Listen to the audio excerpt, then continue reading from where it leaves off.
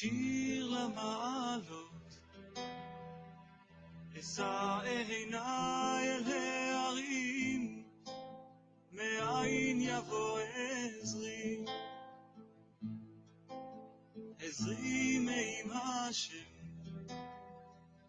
עושה שמיים וארץ, אל ייתן למות רגליך, אל ינום שומרך, הנה לא ינום ולא ישן שומר ישראל, השם שומרך, השם צילך, על יד ימינך.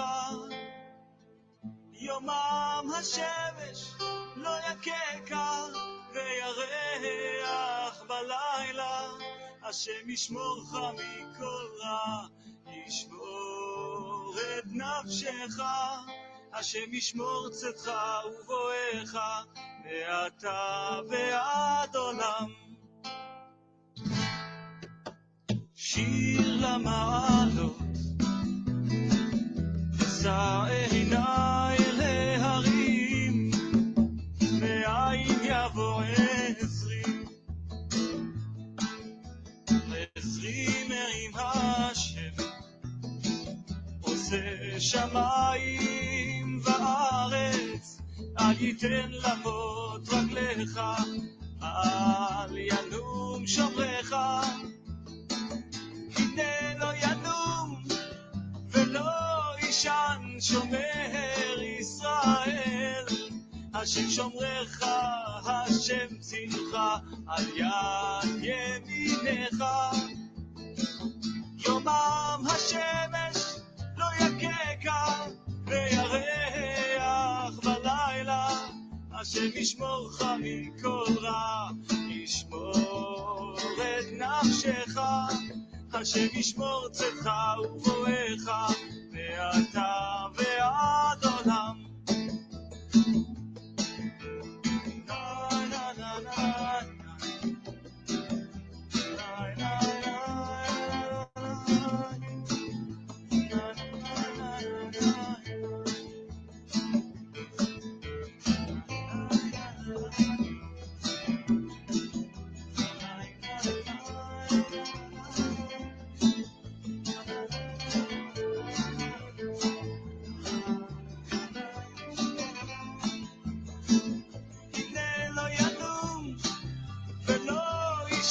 שומר ישראל, השם שומרך, השם צילך, על יד ימינך. יומם השמש לא יקקה, וירח בלילה, השם ישמורך מכל רע, ישמור את נפשך, השם ישמור צאתך ובואך, מעתה ועד עולם. אוי אוי אוי אוי אוי, שיר למעלות, אשא עיניי אל ההרים, אוי מאין יבוא עזרי, עזרי מעם השם, עושה שמיים וארץ, אל ייתן למות רגליך, אל ינום שומרך.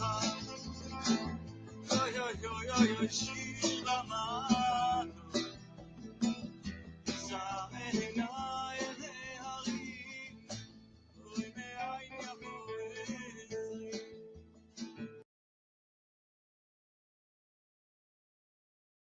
Na na na na na na na na na Nai nai na na na nai nai nai na nai nai nai na na nai na na nai nai nai na na na nai nai nai na na na nai nai nai na nai nai nai na na nai Hashem Melech, Hashem Malach, Hashem Yimloch לעולם ועד. השם מלך, השם מלך, השם ימלוך לעולם ועד. והיה השם למלך על כל הארץ, ביום ההוא יהיה השם אחד ושמו אחד. אוי ננאי ננאי ננאי נאי נאי נאי נאי נאי נאי נאי נאי. השם מלך, השם מלך, השם ימלוך לעולם ועד. השם מלך, השם מלך, השם ימלוך לעולם ועד. והיה השם למלך על כל הארץ, ביום ההוא יהיה השם אחד ושמו אחד. אוי והיה השם למלך על כל הארץ, ביום ההוא יהיה השם אחד ושמו אחד. אוי ננאי ננאי ננאי נאי נאי נאי נאי נאי נאי. אוי נאי נאי נאי נאי נאי נאי נאי נאי נאי נאי נאי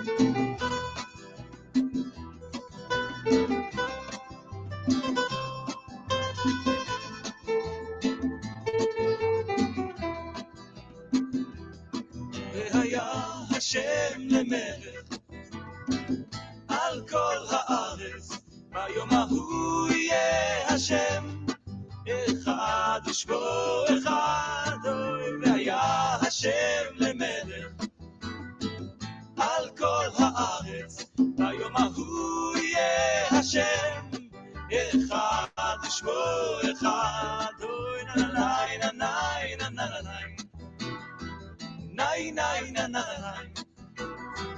נאי נאי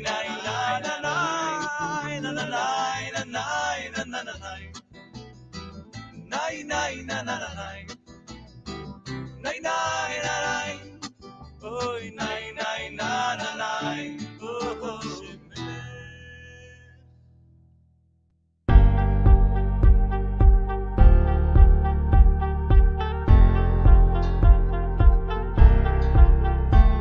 אני מאמין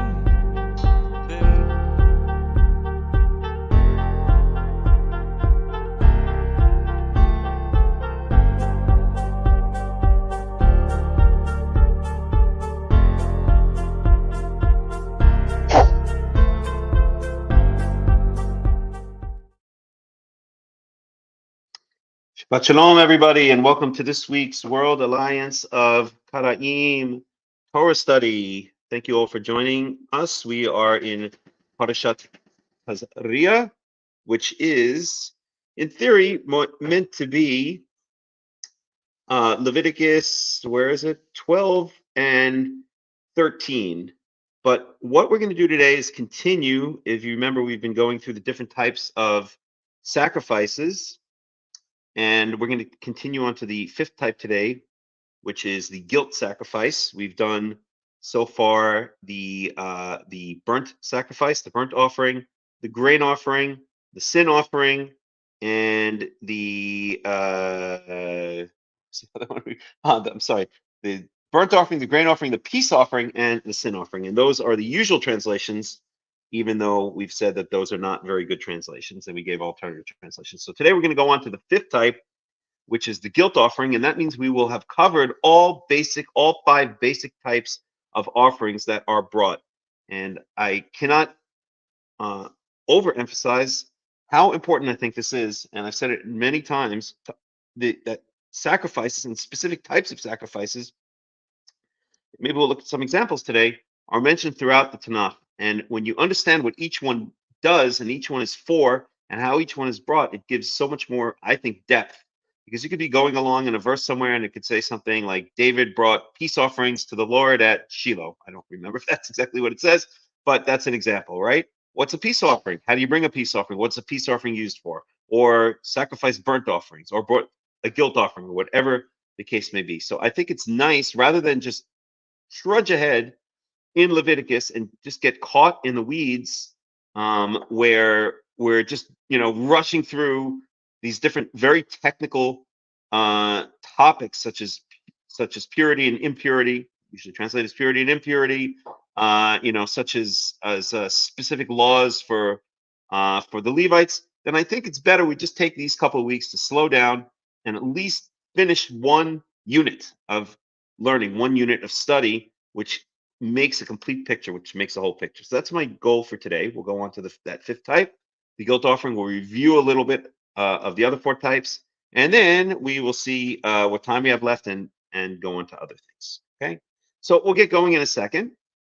Let me just start by giving a bit of a monologue about what I see again going on in Israel. So Israel is, as I kind of predicted from the very beginning, and I'm not the only one who predicted it. I always like to point out Moshe Feiglin. He's been really on top of the ball and on regarding this stuff from the very beginning. I mean, is a politician. He knows these people better than they know themselves, and he's been saying it from the very beginning. He's been a very strong influence in informing my opinions about what's going on. But Israel is losing the war. Israel's losing the war. There's no two ways about it, and they're going to lose the war. At least, the very least, they're not going to win it. At the very best scenario, they're not going to win. Okay, they're going to leave Hamas somewhat intact and kind of just maybe dampen them a little bit, but not completely eliminate them. At the very worst scenario, then, and I think this is really where it's heading, although I don't know when. As a friend of mine who I always used to speak to politics about in Jerusalem used to say "Enli stopper," which means I don't have a stopwatch on this kind of stuff, and I really don't. But I think in worst case scenario, I mean I know where this is all heading. Okay, I will say with 100% certainty that this is all heading to the end of the current secular state of Israel as we know it. Okay, there's a time to be born. There's a time to die. Everything serves its purpose under the heavens, as King Solomon says famously in Ecclesiastes chapter 3, right? So the state of Israel, its purpose, the state of Israel in its current configuration, I should specify, its purpose is coming to an end. It's run out, okay? When something's run out, you're, let's say, living in a place, I don't know, you've signed a 5-year lease or something like that, and the 5 years are coming up, or let's say 2 years come up, or let's say you've signed a 2-year lease, 2 years come up, and wow, I just feel I need to stay at this place. This is where I need to be for another 2 years. So you sign another 2-year lease, and then 2 years later, say, okay, I'll sign one more year. You get this feeling that my time at this place is kind of coming to an end. You sign a 1-year lease, and then by the end, you just know that's it. This place has served its purpose.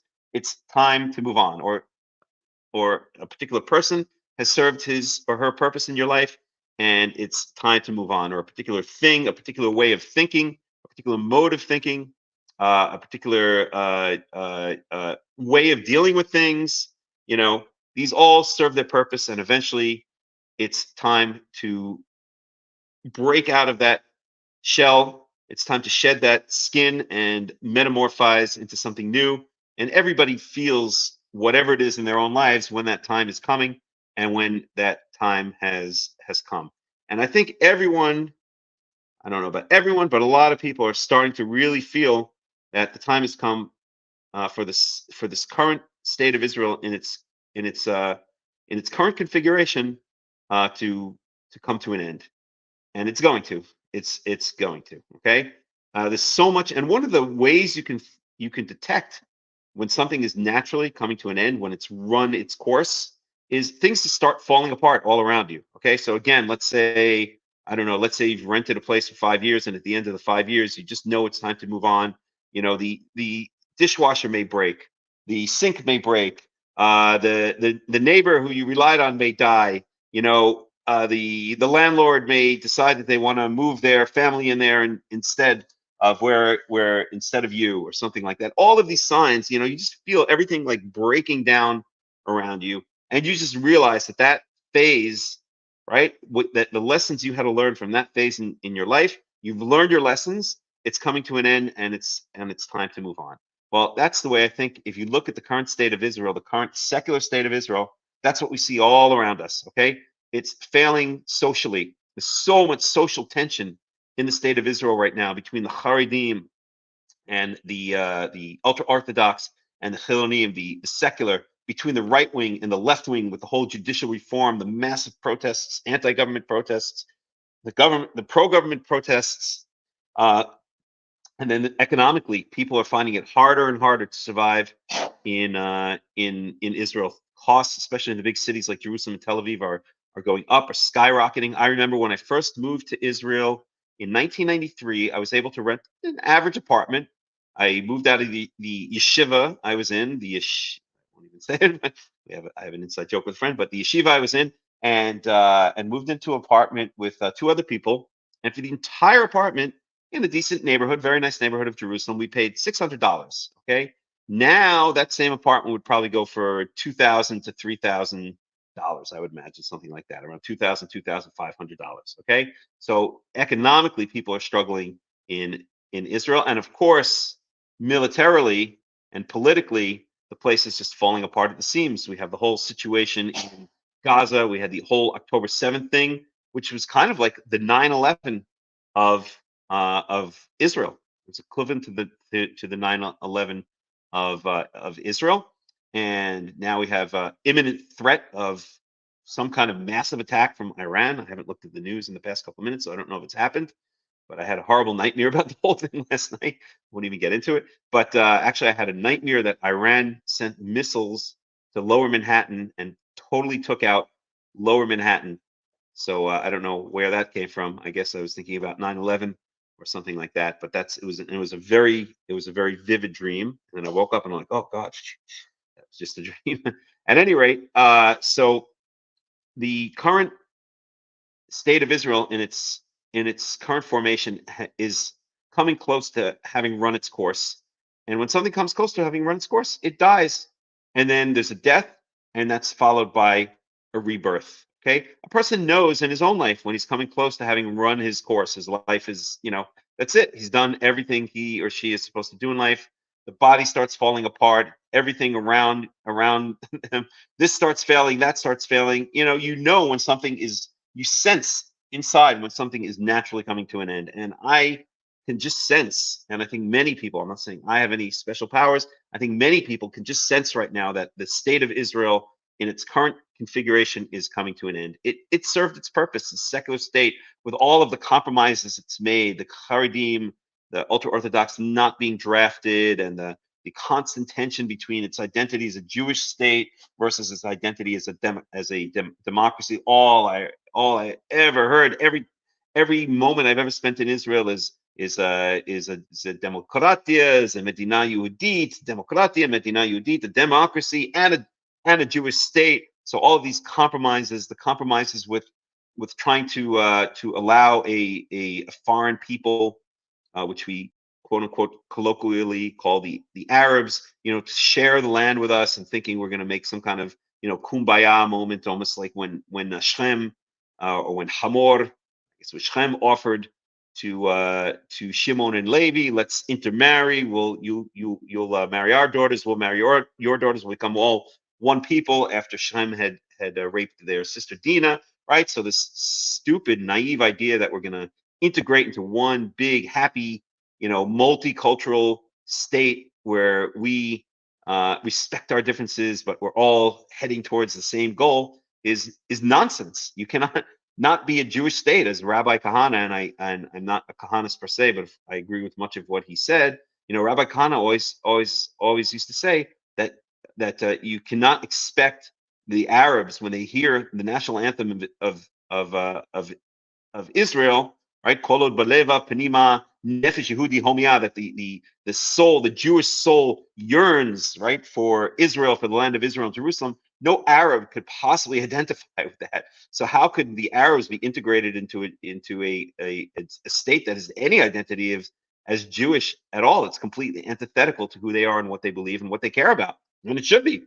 So this is all naive, wishful thinking, naivety, stupidity, simplistic thinking, and all of these various compromises that have held the state of Israel together, kind of like string holds together a car that's falling apart, like an old 1997 junker that's falling apart. You touch it up here and you tie it up with string here and you tie the mirror, use cord to tie the mirror to the body and all. It's just all bound to eventually fall apart. And this is exactly what we have in the current state of Israel. So I predict, without a doubt, I don't know when it's going to be. To quote my good friend Avner, who's since passed on, but we used to talk about politics all the time. Eli stopper. I don't have a stopwatch. I don't know when it's going to happen. But I think anyone who's a little bit aware of what's going on around them in the world, and of course everything centers on Israel ultimately, right? That's where the final battle is going to be. All the nations, as it says in the book of Zechariah, are going to come up against Jerusalem, and God is going to ultimately stand up and fight for his people Israel and destroy all of those who come against Jerusalem. But everything surrounds Israel, and particularly Jerusalem, and particularly the Temple Mount, right, which is God's presence, the place where God's glory lives or lived. Some remnant of it still remains, even though he doesn't have a house there anymore. And it's all coming to a head, and there are going to be some major changes. There are going to be some major deaths and some major rebirths, and I mean on a global, geopolitical scale. And of course, as I've said a number of times, all of the various nations are vying to be the next world power. They feel the United States' influence and power and morality and common sense waning, and I think the United States is close to finished as well, to be honest. And they think they're going to be the next power. Russia thinks it's going to be the next great power. China thinks it's going to be the next great power. Maybe India thinks it's going to be the next great power. But I have a feeling the next great power is going to be Israel, but not this current secular bridge state. There's such a thing as a bridge loan. We'll call this a bridge state of Israel. This was a bridge that took us from not having any presence in the land of Israel, or any political entity in the land of Israel, to having an actually established state. But it's, as I said, run its course. So it's been a bridge between nothing to something, to the next step. It's a band-aid that really prepares us for the next stage, which is going to be, in my opinion, a true Torah-based, Karaite-based, Tanach-based, whatever you want to call it, state of Israel, following the true laws of the Torah, rejecting the two false philosophies that it follows right now, which are rabbinical Judaism and secular humanism, or just Western, liberal democratic principles, right? And that's exactly what defines those two elements of the state of Israel: democracy it's a democracy, demokratia, Medina Yehudit. It's a democracy and it's a Jewish state. When they say democracy, what they really mean are progressive liberal values, basically left-wing values that are promoted by, or that are promulgated by, the United States and Western Europe. And when they say Jewish state, what they really mean is rabbinical state. So those two false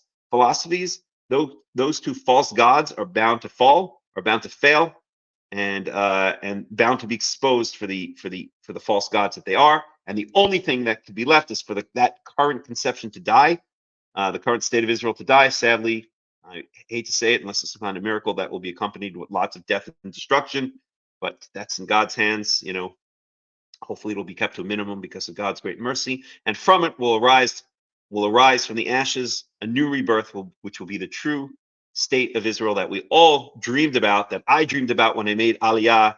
If I had known what this current secular state of Israel was, I don't know if I ever would have gotten on the plane back in 1993, and I've been in and out of Israel since then. It's very difficult to exist there, to see what goes on, all the injustice, all the insane philosophies of rabbinical Judaism and secular, liberal, progressive Western values.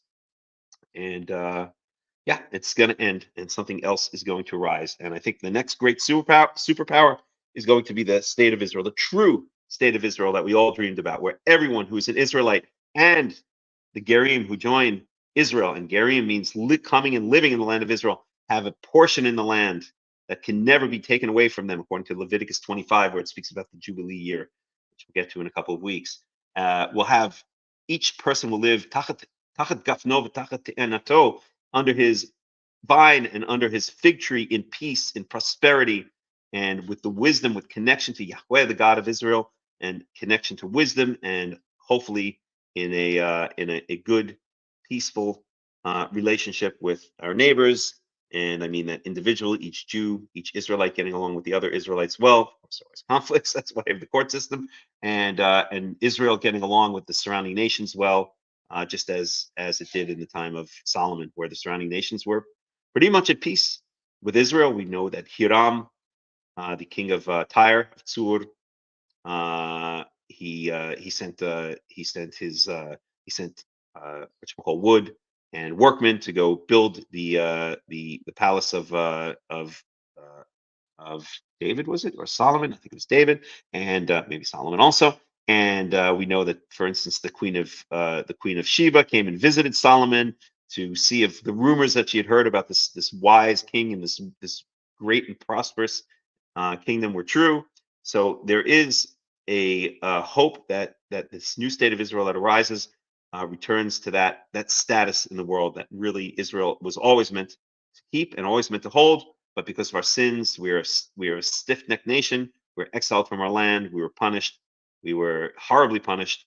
But now it's time for restoration. And the current state of Israel was a band-aid, was a bridge between nothing, between exile, and between that next stage, which is going to be, in my opinion, a true Torah-based state of Israel. So that's my monologue for today. Shabbat Shalom, Sam Tazria. And we will now go into some actual Torah. So just give me a second to drink.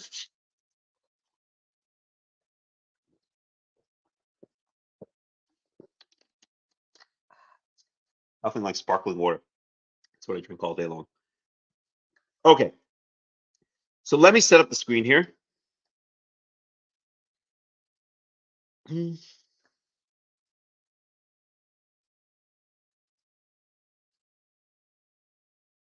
And let me open up our Torah.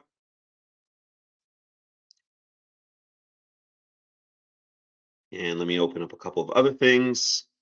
So we'll open up the usual suspects. We'll open up our Robert Alter. We'll open up our Everett Fox. For good translation, we'll open up the spreadsheet that we're constantly working on, referring to.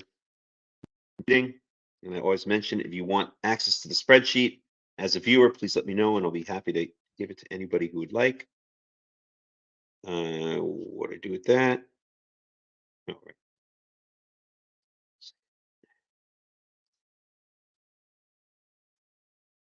1 second, please.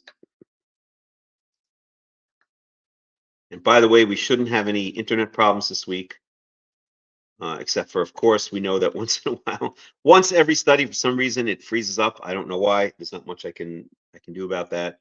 But other than that, if you remember, for the past couple of weeks, having some internet problems because we have Starlink here, and there was a big storm, and the Starlink failed, and I was not able to get it up and working. But I spoke to, Elon Musk and I. We speak 2 or 3 times a week. It's basically, we're BFFs basically, and so he personally sent me out a new Starlink antenna this week, and so it's back up and running. So we should have nice, fast internet, and we shouldn't have those problems we're having the past couple of weeks where we'd cut in, cut out. Okay. And by the way, I highly recommend, if you're anywhere in the world where they have it, if they have Starlink available, and you're in a place where you can't get high-speed internet, I highly recommend the service. It really is great. It's not expensive. Where we are, we pay we didn't have to pay even in some countries. It all depends where you are. But where I am, we were allowed to rent the equipment rather than purchase it up front. So between the rental and the service each month, I think it comes to about $65, $70, and it's absolutely worth it. It's lightning fast internet, It's very reliable, very easy to set up, and I highly recommend it if you're having problems anywhere in the world where they offer the service. If you're having problems with the internet, and I really highly recommend it. It definitely has my endorsement, right? And Elon, my BFF, told me to say that. So okay, so here we go. But in all seriousness, it's really been great. It's changed a lot of things because we had very, iffy kind of internet, and I rely on for my day job. I do high tech stuff for companies back in the United States. I'm not in the United States, but I do high tech stuff for companies back in the United States, and it was a real problem with the previous kind of spotty internet. And since we got the Starlink, it's completely changed everything. It's just reliable, high speed internet. Okay, so Shabbat Shalom, Desiree. Okay, so here we are. Let me bring up again the spreadsheet. Okay, and then we can get going.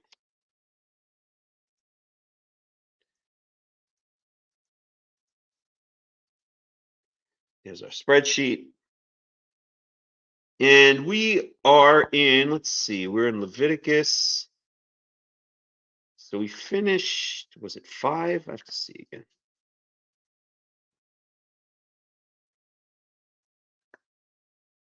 Let's see where we were.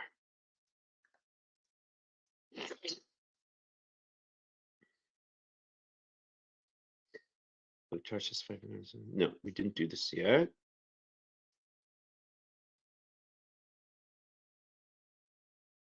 Right, so I guess we get to the end of 4, sin offering. Leader sins unintentionally, yes. Brings a lamb.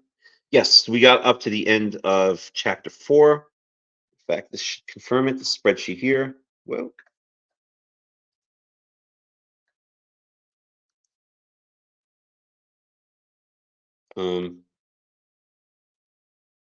sacrificial laws. Right. So we got up to the end of chapter 4. Okay. And that was the sin offering. That was the 4th type of offering. So once again, we have the burnt offering, and these are, I should put this, it's a separate color, shouldn't I now? Here. Let's give it this color. Okay, that works. So we spoke about the burnt offering, the grain offering, the peace offering, and then the sin offering. And now we're up to the guilt offering in Leviticus chapter 5. And let's find out a little bit what a guilt offering is. So remember, let's just review, because guilt offering and sin offering, they sound kind of the same, right? So let's review. I'm just going to stick with the English for a second here. Let's review what a sin offering is. That was in Leviticus chapter 4. And there were a couple of scenarios that a sin offering should be brought. If the anointed priest sins, bringing guilt upon all the people, he must bring blah, blah, blah. So that's a sin offering. If the anointed priest, or let's just start here, okay? When anyone sins unintentionally, does what is forbidden in any of the Lord's commands. So if we're going to have different scenarios where people unintentionally sin, they make an unintentional sin, they do something that is forbidden by the Torah, but it's completely unintentional, and then they find out later. So what would be an example? I go to my friend's house, and I'll give you an actual scenario. Okay, I go to a bakery in a foreign country that is not a kosher country, and I want to get a piece of cake. And I ask the person behind the counter, what are the ingredients of the piece of cake? And the person says, oh, it's just flour and oil and butter and strawberries and sugar, and that's it. And I say, is there any pork fat in it? Because whenever you're in Christian countries, then you have to be very careful. All over Europe, these people use pork like, I don't know, they probably bathe in pork. So it's all over the place. And then I say to them, are you sure there's no pork in the crust? And they say, yes, I'm sure there's no pork in the crust. And then I buy it. Let's say, theoretically speaking, hopefully this has never happened. It's never happened to me as far as I know, but I buy it, theoretically speaking. And then I take a bite and I taste something tastes a little bit off. It doesn't taste like butter. It tastes like some kind of animal fat. And I asked to speak to the manager, and I asked the manager, the other person told me there's no pork fat in the crust. Is there lard? Is there pork fat in the crust? I say, oh yes, for this particular tart we add pork fat. Okay, well that would be an unintentional sin that I find out about later. Okay, I've unintentionally sinned. I certainly didn't want to eat pork fat. I don't ever want to eat any pork fat. I ate this lovely strawberry tart, and then I found out only after I ate it, after I tasted it and spit it out, that there might have been or that there was pork fat in it. So that would be an example of something where I would have to bring a sin offering. Okay, unintentional violation of the commandments of the Torah that are not known, that I didn't do on purpose. I did not know I was doing it, and I only found out later. And then we have different scenarios, and we're going from the most severe to the least severe, or the most the ones that have the most effect for the entire people to those that have the less effect. So the first is if the Kohen Gadol, the anointed priest they call it, but that means the chief, the head priest. How do they say it again in English? The Kohen Gadol, not the chief priest. What do they call it? The high priest.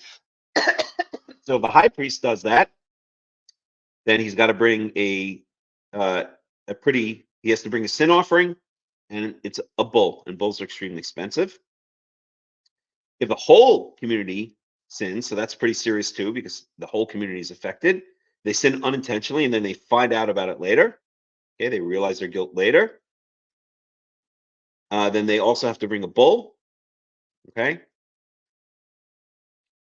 And remember, in these first two cases, the blood, some of the bull's blood is sprinkled on the parochet, is sprinkled on the curtain that separates the holy area from the holy of holy areas with an intent of meeting. We're not going to go over it again now. Next is when a leader, a nasi, any exalted person, any person within Israel who has a position of leadership or responsibility, then he brings a goat. So we're going down in severity, okay? But it's still people in leadership positions, okay? And then we have any member of the community, just an individual member of the community, and he brings a she-goat, female goat, okay? So as we go down in severity, or in the position of the person who is unintentionally sinned, then the cost, the level of expense of the sacrifice goes down. We start with a bull. This is also a bull. This is a male goat, and then this is a female goat. Okay, and that's it. Those are the scenarios. So the sin offering, what's usually translated as a sin offering, we gave it a different translation. We called it a. Let me get the official word we used. Was it a recompense from here? Recompense from offense. It's a way of cleansing, of atoning for, cleansing an inadvertent offense. And maybe I should even add the word inadvertent offense. Recompense from inadvertent offense. Okay, and the key here is inadvertent. The sin offering is brought to recompense. Oh, I have it here, inadvertent transgression, so I can erase that. Okay, the sin offering is brought as to recompense for an inadvertent violation, a violation of the Torah that was not done on purpose. All animal sacrifices were used to feed the Levi tribe because they had no land inheritance. That is, almost true. As we saw, there are certain sacrifices that are not used to feed the Levites. So, for instance, what's usually translated as the burnt offering, what we've called the holy burnt offering or the Holocaust offering, there's not a single part of it that goes to the Kohen or to the Levites. The entire thing is burnt on the altar. Okay, the fats we know, just to review, some general things about sacrifices, about animal sacrifices. The forbidden fats, what we're calling the forbidden fats, the chelev, is always thrown onto the altar and burnt. That's God's food. That's the food of the gods. That is the Torah's ambrosia. No one else is allowed to eat that. We saw that it doesn't matter. We spoke about this. It doesn't matter whether it's part of a sacrifice or part of just a shawarma. Nobody is allowed to eat the forbidden fats except God except Yahweh, quote unquote, eat. He's not really eating it. Okay, it's obviously it's being burnt on the altar. It says he smells it, right? And that also is meant to be kind of figurative. Okay, we don't have a God who eats or sleeps or does any of that stuff like our pal Jesus. Who I guess when he was 3 years old, would crap in his diapers and then throw his apple baby food in his mom's face and cry on the high chair and all this kind of stuff. Our God Yahweh doesn't do that. Okay, but yes, and there are other types of sacrifices which are not given to the Kohen. And so the sin offering, or as we're calling it, the recompense from offense offering, is not ever given to the Kohen because it's like a negative offering. It's like a bad offering, right? You've sinned. Now you're going to recompense from the sin. Does the Kohen really want to eat part of that offering? So we saw that what happens is, let's see if we can find it here. So all the rest of I'll read these 2 lines. All the rest of the calf, including the skin, flesh, heads, legs, innards, and dung, are taken outside the camp and burned in a ritually clean place, which is the ash pile. So if it's a negative offering, generally what's going to happen, so if it's a burnt offering, God's going to eat the whole thing. The whole thing gets thrown on the altar. If it's a negative offering, like a sin offering, then God always gets his forbidden fats. The blood is always spilled at the base of the altar or sprinkled on the altar. But then the rest of the animal is not thrown on the altar because it's a bad offering. We're not, we don't want to give God food that comes out of a sin. That's the result of a sin. So it's taken outside of the camp and it's burnt in the ash pile. The ash pile is a place outside of the camp for, shall we say, negative offerings or anything else, anything that needs to be burnt, which is not which is not going to be thrown on the altar and is not going to be eaten by the Kohanim. So that's what happens in the case of sin offering. If it's the Kohen Gadol, if it's the entire congregation, if it's the leader, and I guess we didn't catalog the rest if it's an individual, right? I think it's the same thing with an individual. I'm sure it is. Okay, so be careful when you say that, Sue. You're right, kind of, but keep in mind that not all offerings reach the hands of the Levites / Kohanim. In fact, of the 4 types we've seen so far, only 2 reach the hands of the Levites and the Kohanim, and that would be the grain offering, the grain fire offering. We saw that in Leviticus 2. Okay, so the Levites, they take what they translate into English as a memorial portion. Let me see if I can find this here. Okay. If you grain offering crumble, okay. So here, let's read, for instance, in Leviticus 2:8-10. This is speaking about one of the types of grain offering, a baked grain offering. Okay, I'm sorry, this is on a griddle. So if you cook basically a pancake, an unleavened, and remember the grain offerings always have to be unleavened.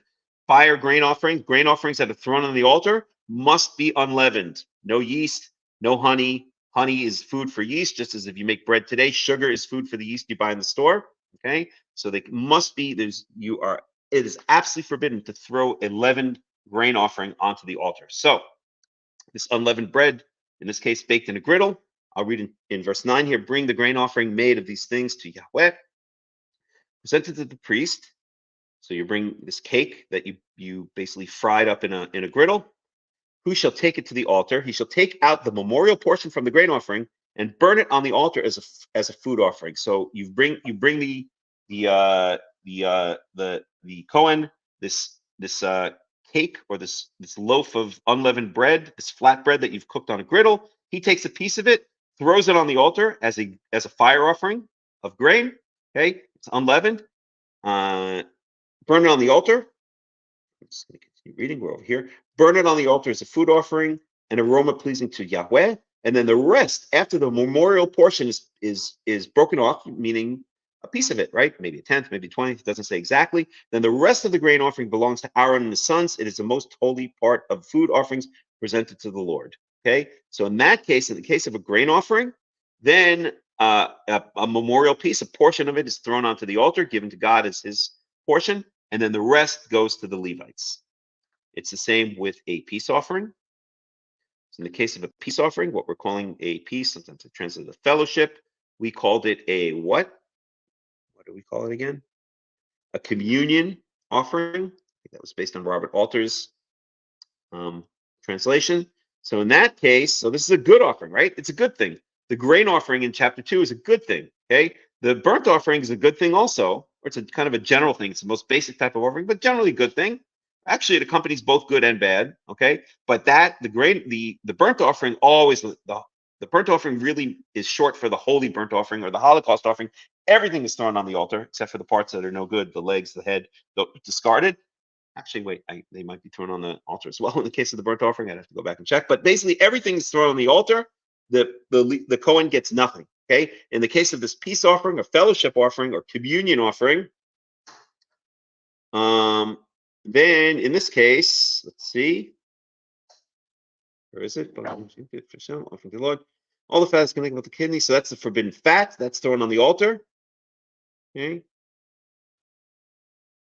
If your offering is a fellowship offering, you lay down your hands. 1 second. You have to splash the blood from the fellowship, and you to bring food offering to the. Then Aaron's sons are to burn it on the altar on top of the burnt offering. If you offer an animal from the flock, if you offer lamb, you're to present it for the layer hand on the head. Just 1 second. And Aaron's stress the blood from the fellowship. Food offering that's fat, blah blah blah, with kidneys. I think it's going to say later on. So if I'm not mistaken, it doesn't say it here, but it will say later on that for this communion offering or this peace offering, then also it's going to speak about the parts that Aaron's sons that the Kohanim will eat. Okay, so for the peace offering, part of it does go to the Kohanim. We'll get to that in an upcoming chapter.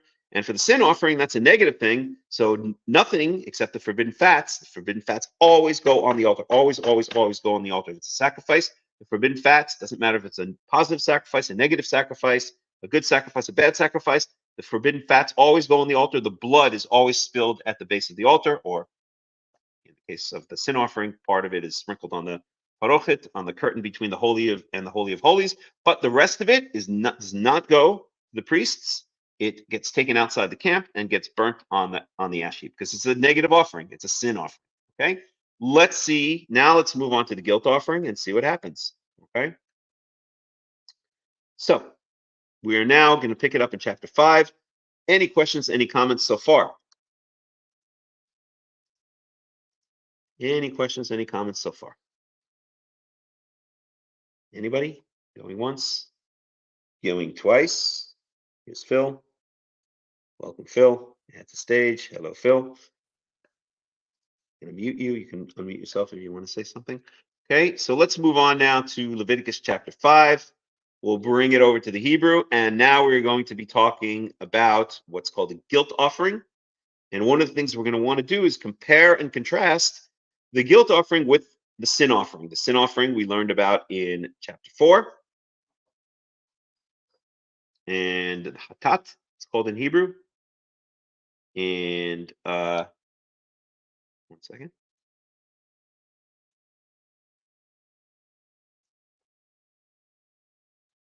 Right. So now we're going to be talking about the guilt offering. So let's take a look at the guilt offering. So this is also a negative offering, right? So the sin offering and the guilt offering are negative offerings. The grain offering and the shlamim, the peace offering, is we could say a positive offering, and then the olah, the burnt offering, is kind of a general offering. The other offerings, or it often is accompanying. It often accompanies, or other offerings often accompany it, or it often accompanies other offerings. Okay, chapter 5. We're starting right at the beginning. Verse 1. Let me just make sure that the screen is set up correctly. And let's see what we got. First of all, let's get a translation from both Robert Alter and Everett Fox on our guilt offering. What does he call it? So,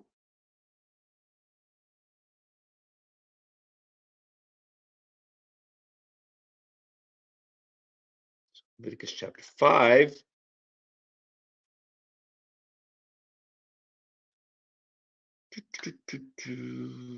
Guilty. Bring his guilt offering. So he's calling it a guilt offering. Okay. Everett Fox. 120, if I remember correctly.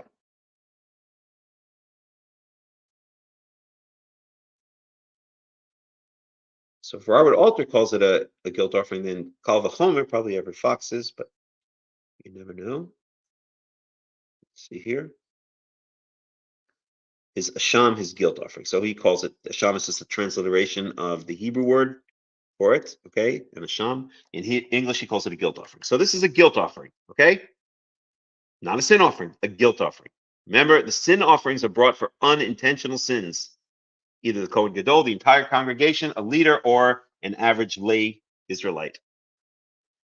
So what's the guilt offering? Let's find out. And we are here in Leviticus chapter 5, verse 1. ונפש היא תקטע ושמעה קול עלה והוא עד או ראה או ידע אם לא יגיד ונשא עוונו. Okay. Let's bring this back here. Okay, so when a person should sin and he hears a kol Allah, Allah is literally a curse. Okay, the voice of an oath, they translate is here. V'hu aid, and he's a witness to it. Or ra'ah, or yada, im lo yagid v'nasa avono. So here it's someone take an oath, or perhaps the implication is curse God. Let me see how Robert deals with that one. Voice and adjuration. Let's go to Everett Fox on that one.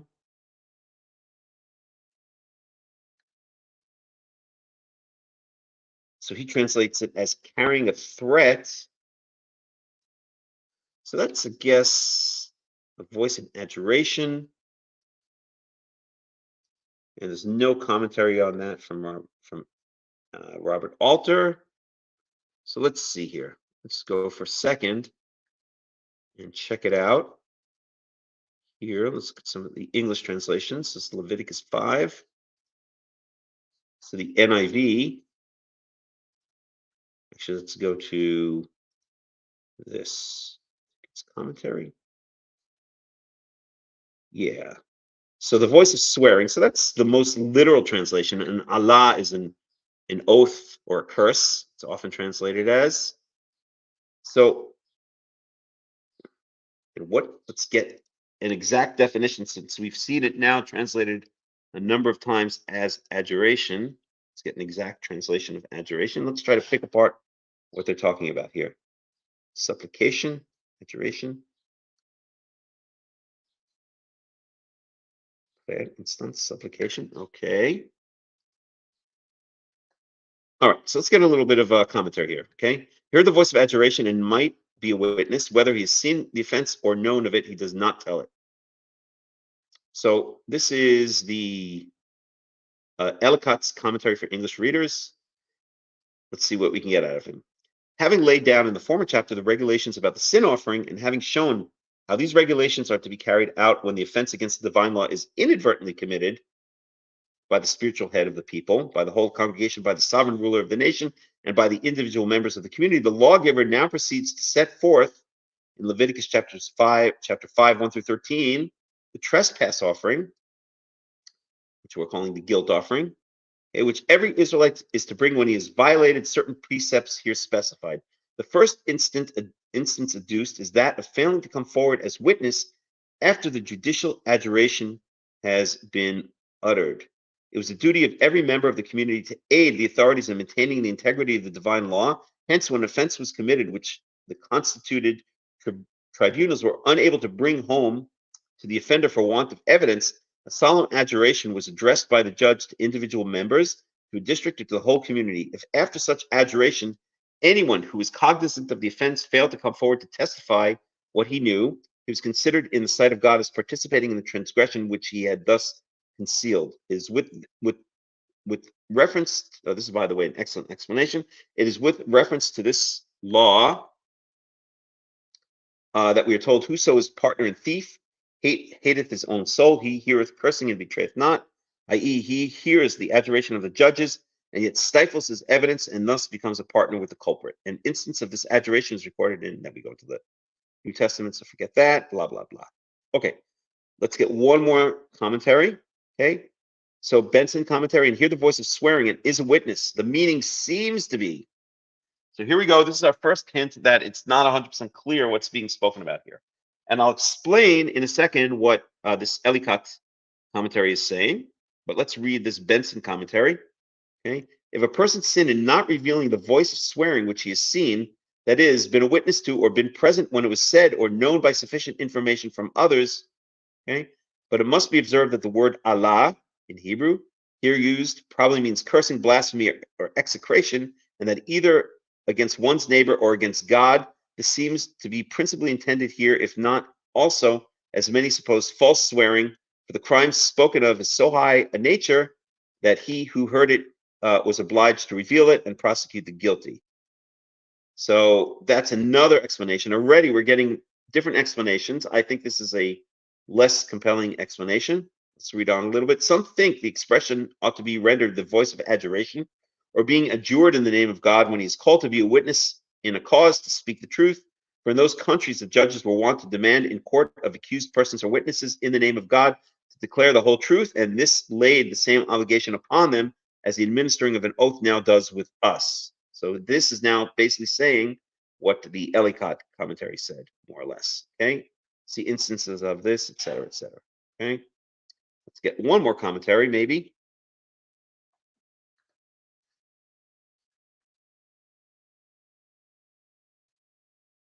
And this is also saying the same thing.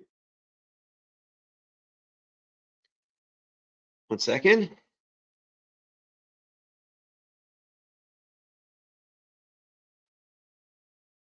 Okay, we can go through some of the other commentaries, but I think we kind of get the idea. So let me explain what's going on here. Shabbat shalom, Paul. Let me explain what's going on here. So first, let me translate it literally. V'nefesh ki tachta. So any person who sins, v'shema kol Allah, literally hears the voice of an oath or curse. The word Allah is alternatively translated as oath or curse. It really means an oath, the violation of which leads to a curse. It's generally what it means. Okay, so let's go with here's the voice of an oath. Vihu ed, and he's been a witness, or ra'a, or yada, or he has seen or knows about something. Im lo yagid, v'nasa avanu. If he shall not, okay, so let me translate this into English. Any person who sins by hearing the voice of an oath, I'll get back to that in a second, and he has been a witness or he is known, he's seen or known something, if he does not tell it, if he does not tell of it, then he shall bear his sin. He shall bear his guilt, okay? His iniquity.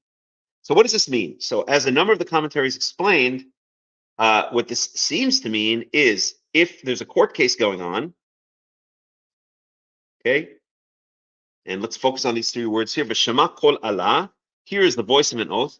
According to what the majority of the commentaries we read are saying, is this: that if there's a court case going on and the judge needs witnesses, then he can call out for witnesses, and basically they are supposed to come and swear in the name of God, in the actual name of God, which I won't say here in vain, okay, but Yud Kei Vav Kei, they are to come and swear in the name of God what they know. So let's say Shimon has seen Levi steal an e-bike from outside the bodega, okay?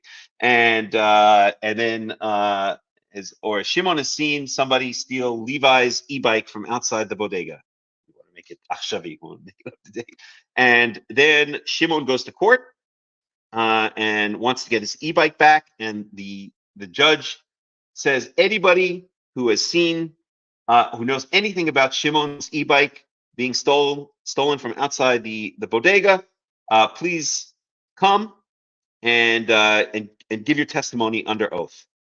Okay, and Levi has seen it, and now he is supposed to come. He's supposed to swear in the name of God, the actual name of God, that he saw. I don't know. I won't go there. That he saw. I don't know. Let's make up another name. David steal the e-bike, and now Levi comes and swears under oath in the court case, I swear in the name of God that I've seen David steal Shimon's e-bike. Okay?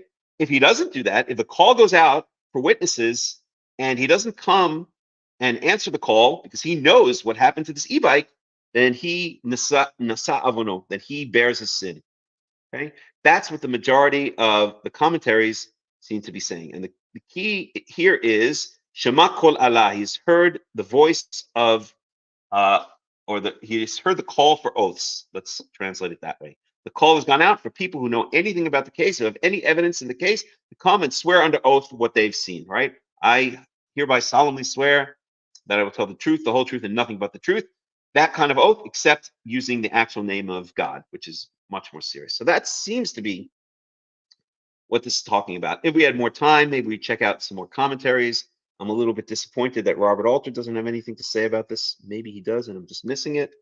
Sometimes when it's the first verse of a chapter, he'll just include it at the beginning. Oops, let me just see something here. Let me see if there's anything else to say about it, because he usually summarizes things pretty nicely.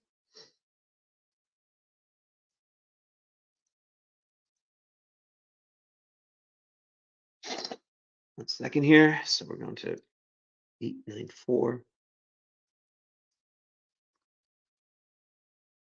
4. And we want to go to the commentary on chapter 5.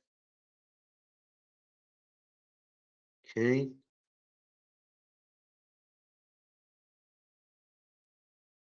Okay, so he doesn't have anything to say about verse 1, which I'm a bit surprised.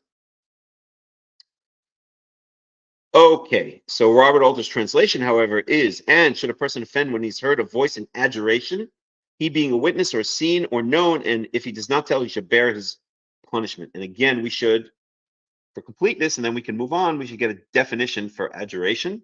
I have no idea what it really means, or the word, but it's in its technical sense, what the heck does it mean?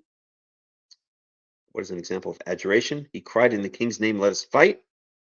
And with this hurried adjuration definition in the Cambridge English Dictionary. So go for that. Okay. The act of asking or ordering someone. The act of asking or ordering someone to do something. And there's some examples. Uh-oh, frozen. No. The poem expresses the adjuration, love one another. And let's see, he cried in the king's name, let's fight. The jurors listened attentively to the judge's adjuration to remember their oath. So the act of asking or ordering someone to do something. All right, good enough. That's it. I think we, for the short time we have, I think we've kind of gotten the gist of that. Okay, so that's the first case. You know something about a case. In short, you know something about a case. You're supposed to come and testify under oath what you know, and you don't. You're being a bad citizen. Okay, you know that David stole Shimon's e-bike from outside the bodega in the Bronx, and you are now supposed to come and testify under oath, and you don't. So you're basically aiding and abetting, right? You're allowing Shimon to get away with this theft of David's e-bike. Okay, that's what it seems to be saying. Okay, exactly. Sorry. All right.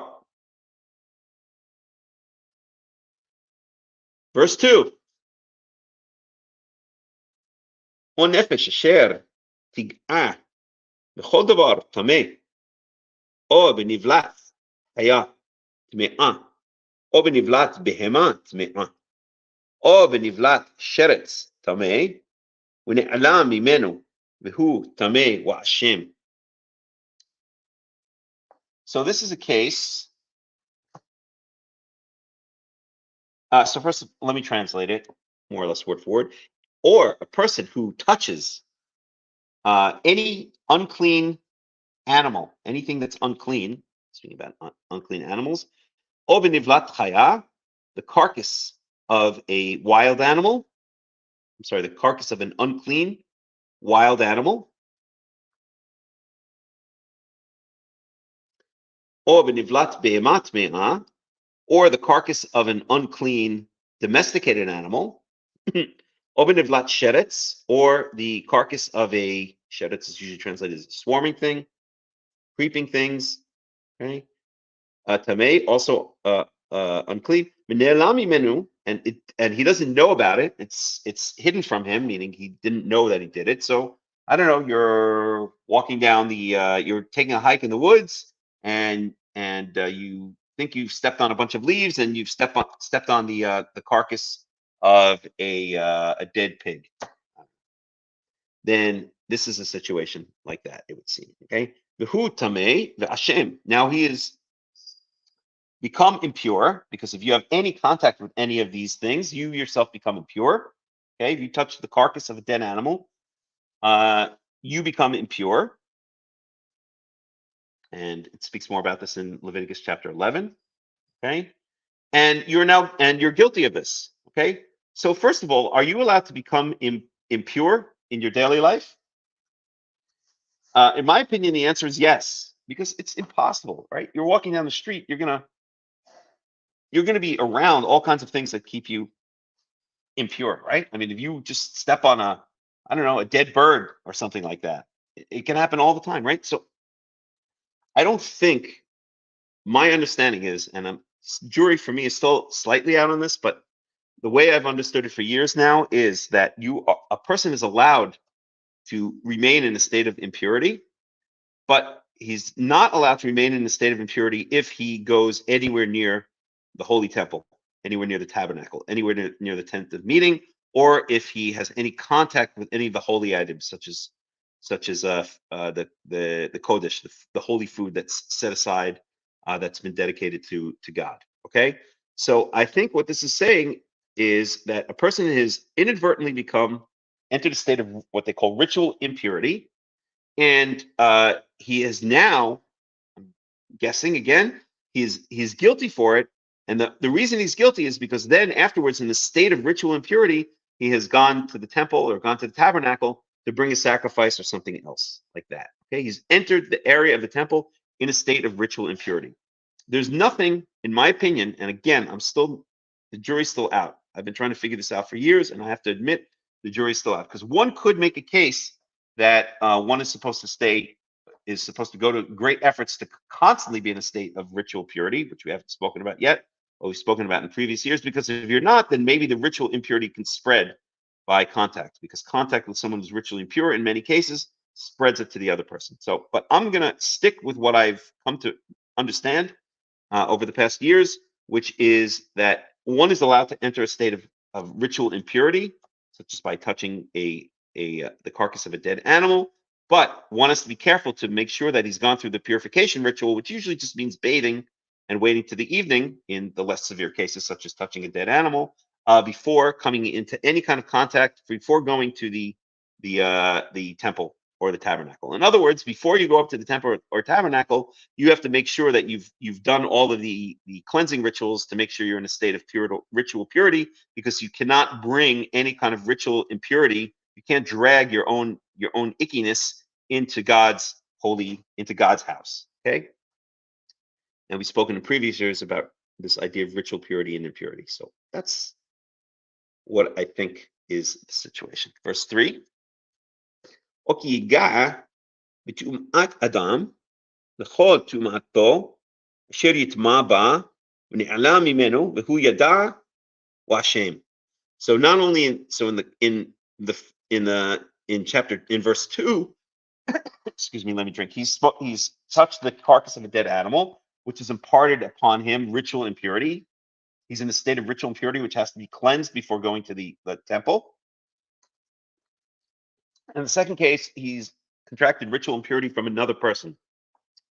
And there are various ways to contract ritual impurity from another person, which we're not going to get into right now. But so, for instance, contact with a dead person, that's tumat mate, and then have the red heifer is the only way to purify yourself cleanse yourself from that. There is coming in contact with with a woman who's menstruating, and a number of other ways, which are spoken about in detail later in the book of Leviticus. So basically, well, let's go on to verse 4. On nefesh, he tishab'ah לבטא בשפתיים להרע או להיטיב לכל אשר יבטא האדם בשבועה ונעלם ממנו והוא ידע או השם לאחת מאלה. We'll get to the third situation in a second, but the first two situations, notice that again, these are kind of inadvertent because in each case, the person didn't know that he had come in contact with, he had contracted ritual impurity either from a dead animal or from another human being. Let's get a little Robert Alter on this stuff because it's a bit technical. So let's have him maybe put us on track a little bit. And as I always like to say, I'm not a fanboy. I don't kneel at the feet of Robert Alter, but I always do find his commentary to be, accessible and good. So it's a good starting point. And then if we need to go further, we can always look at further commentaries. Okay. So the language of this entire chapter is characteristic of the uncompromising legal style of Leviticus, which makes, okay, we don't need any of this stuff. Legal instances. In the present case, the incurring of unwitting guilt, whether through ritual impurity or in vow taking, the catalog of possibilities and the cultic redress required does not come to the end of a sentence until the conclusion of verse 5. Okay. Any of the uncleanliness which one may be defiled, and that's Leviticus 5:3. Close this out.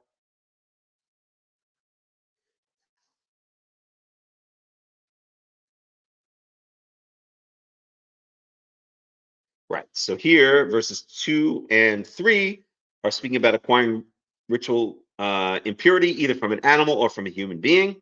Okay. So these would include contact with a corpse, a menstruating woman, and a man who has just had a seminal emission, and he be guilty.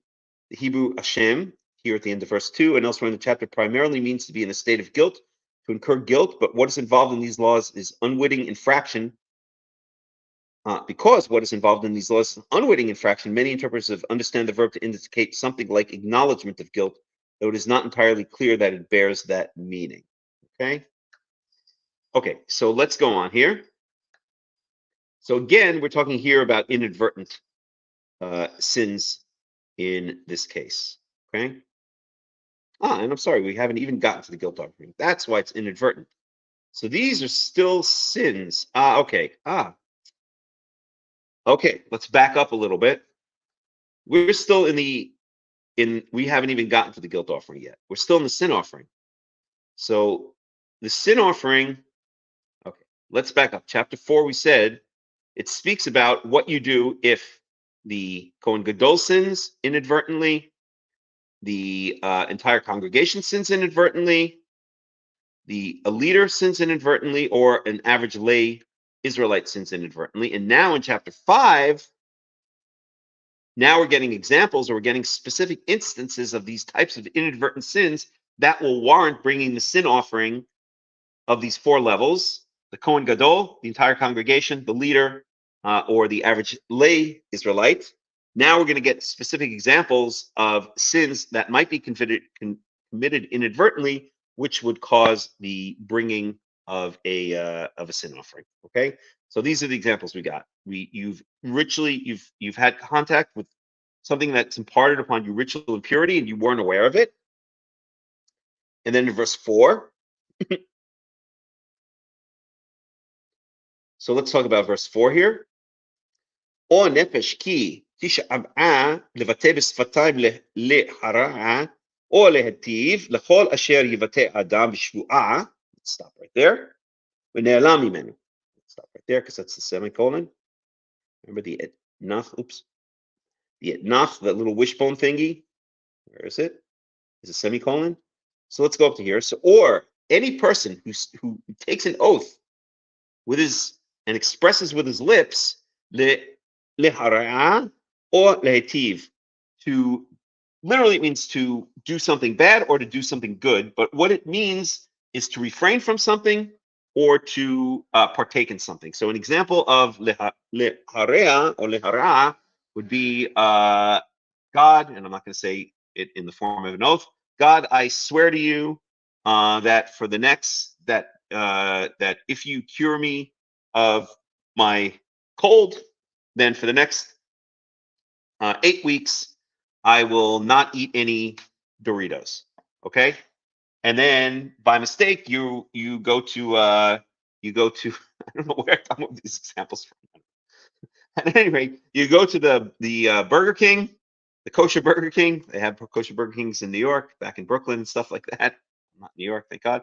You go to the kosher Burger King and you order a kosher double Whopper, and you didn't realize that they were having special type of Whopper this week that had crumpled up Doritos inside the special Whopper. Okay, you have now broken your oath. You have now broken your oath. You swore that for the next 8 weeks, God, you cured me of my cold. For the next 8 weeks, I will not participate in my ultimate vice, which is Doritos. I can't stand Doritos, by the way, but at any rate, I used to like them when I was a kid. And now you've inadvertently eaten a kosher Whopper at the Burger King on Avenue J in Brooklyn, and you have now, and it had Doritos in it, and you've now inadvertently broken your oath. You didn't do it on purpose. You did it by mistake, but you've broken your oath. Okay, so that would be an example of lehara'ah, to basically literally means to do something bad. That's the literal translation. But what it means is to promise to hold back something from yourself. Okay, to do some kind of bad to yourself, like I'm going to hold back from Doritos. Okay, do something negative to yourself. Okay, or lehetiv, or you promise to do something good. So God, I am so happy with what with I don't know, you got me this new client that I'm going to give $100 each week in charity for the next 2 months. Okay, and you set up a automatic payments at your bank to give to the I don't know what's a good charity. I don't know, the hunger, whatever, famine reduction charity in your neighborhood, or the food bank in your neighborhood. You set up automatic payments to give $100 each week to the food bank, and you come back 3 weeks later and you realize that you didn't have enough money in the account and the money was never transferred. You are now in violation of your oath to do something good. Okay, I guess you could say also that's maybe lehara, because you're being deprived of money, but we'll go with that example for now.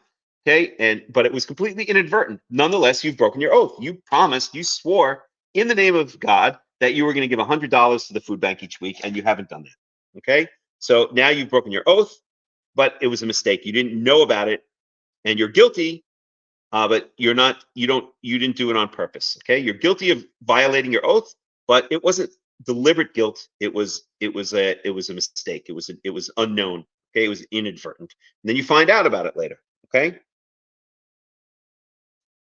and that's what it says here. And he finds out about it and realizes that he's guilty of one of these things. Okay, so these, again, to put it in context here.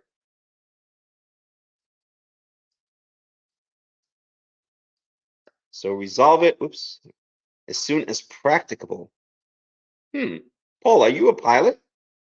Because that is the word practicable that is used specifically in aviation. I got my private pilot's license back in 2017, and I've never heard the word practicable used anywhere else except within the context of aviation. So are you a pilot of some sort? They ask. Any rate, yes, of course you're going to resolve it as soon as practical. That's common sense, okay? But you also have to bring a what we're calling a sin offering, okay? Or what we've chosen to call a recompense from offense offering. You've got to make up for what you did, even if it was inadvertent. If you find out, you don't find out, you don't ever find out. Hey, ignorance is bliss. You can't find out that you stepped on a dead rabbit if or you can't apologize, bring a sin offering for stepping on a dead rabbit if you never find out you stepped on the dead rabbit. But if you find out, then okay, now you find out, oh gosh, the thing your other friend comes down the trail 10 minutes later and says, wow, did you see that thing that we stepped on, that I pulled the leaves away? It was a dead rabbit. We're now both ritually impure. Okay, now you found out about it. Okay, you didn't do it on purpose, but now you know, and now you've got to do some kind of recompense for it. Okay, verse 5. There we go. Close enough. Former C-130 air crew member, not a pilot. Huh. You should speak to our good buddy Ben Casey, who also was a crew member. I don't know if he's here now. Okay. And he finds out that he's guilty, or he finds out that and he's guilty of one of these things. I'll translate this. He finds out that he's guilty of one of these things. Okay.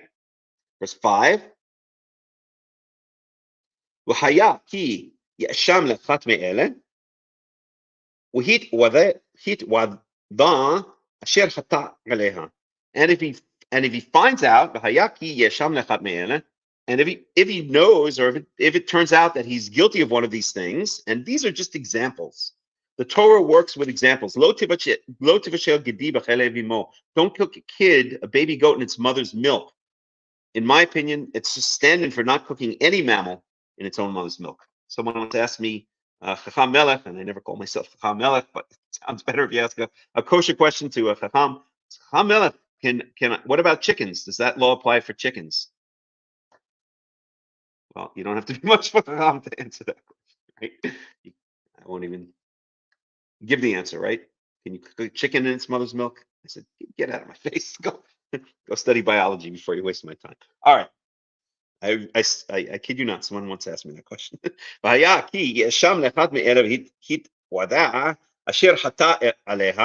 And so if the person finds out that he's guilty of one of these things, he admits, he confesses that which he is guilty of. Okay, that's which he has sinned, or about that which he has sinned.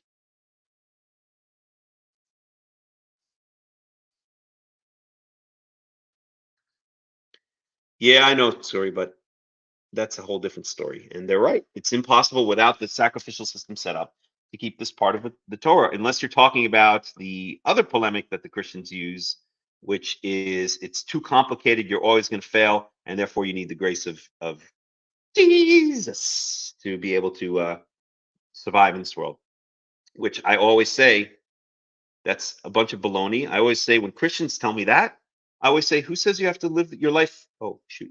Battery's about to go dead, so I'll take a break in a minute. Who says you have to live your life perfectly? If I go in and I'm in the 10th grade and I take a math test, if I don't get 100, have I failed the test?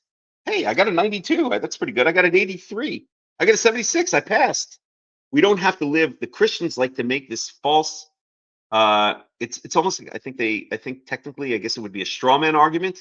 Oh, we can't keep the Torah perfectly, so so that proves that we need Jesus to be able to, we're all sinners, and that proves that we need Jesus in order to the grace of God through his sacrifice, Jesus, in order to be able to not go to eternal damnation in the lake of fire, right?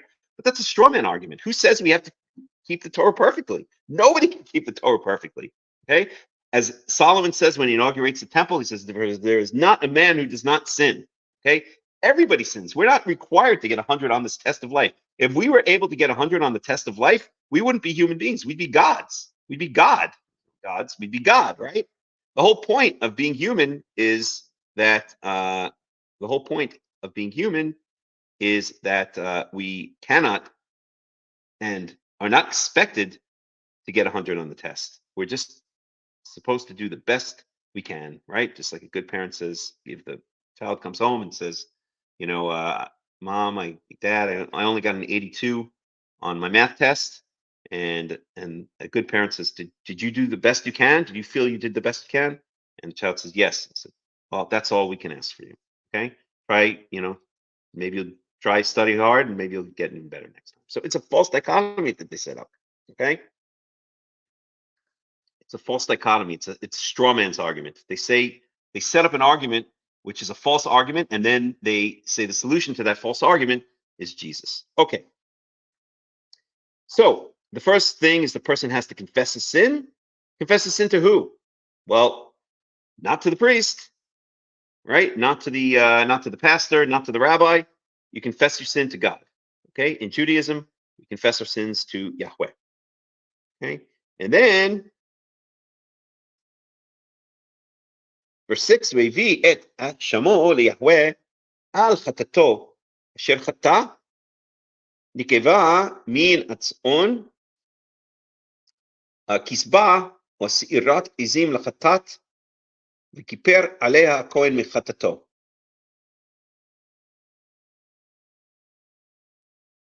So now he brings a sin offering. Okay, so it says he brings his guilt. So one might think that it's what's called a guilt offering.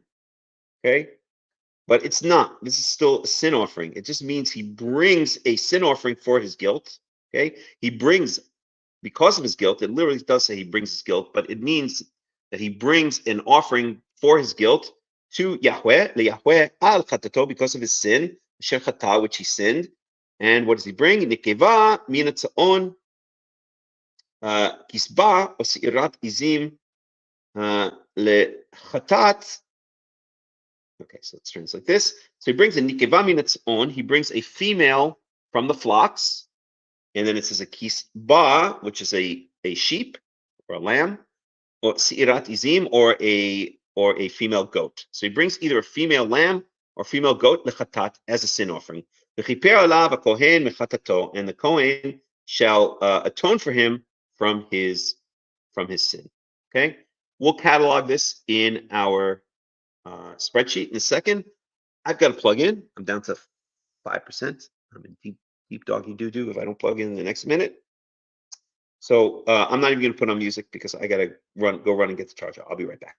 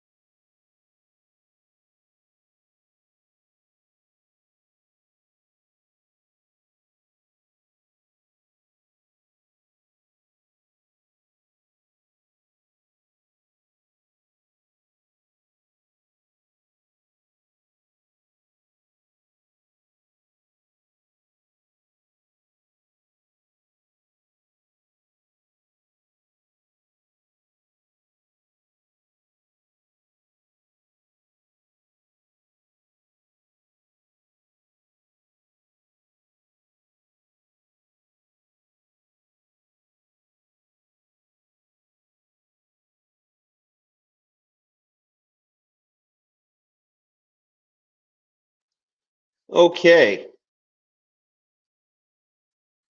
All right, we're plugged in. So what do we got here? So that's it. So these are cases where he brings a sin offering. So now let's go back here and let's write up our scenarios. Okay. So Leviticus 5:1. This is a continuation of sin offering. Okay, or instances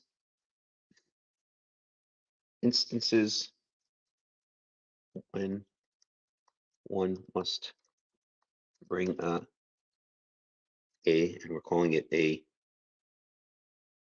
recompense offering.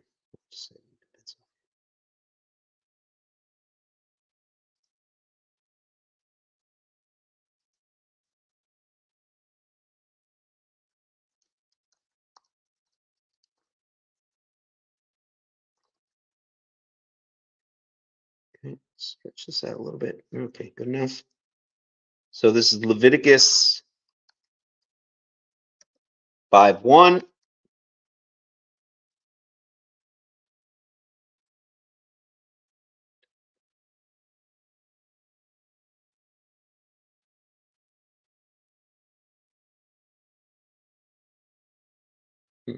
Do this. So this should really be okay. Wait a second here. No, I've been a bad boy. So let's do this a little bit differently. Sin, recompense from inadvertent hurt and offense. So this high priest, this should go here. Oops.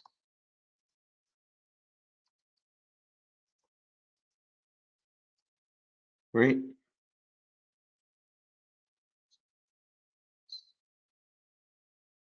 Category, high priest. This is going to be the entire congregation. This is going to be the leader. And this is going to be specific cases. Maybe we'll call it that. I spelled instances wrong. Okay, so specific instances. I'll just call it specific. Yeah, I don't even want to call it specific. Examples of instances. Examples of instances. Okay. So Leviticus 5:1. So first example is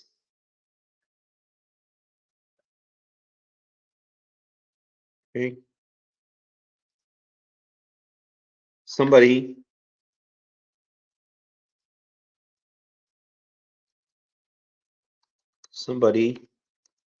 or a person knows of some evidence and refuses evidence in a court case and refuses or fails to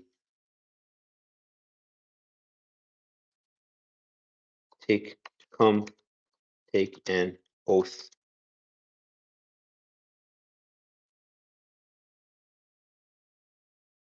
An oath as a witness and tell what he knows. Okay, good enough. And I should put other possible explanations exist as well. Okay, good. That's Leviticus 5:1. Leviticus 5:2.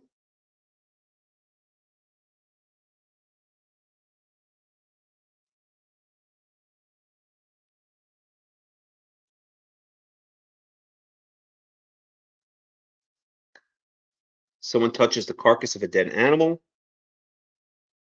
Leviticus 5:2.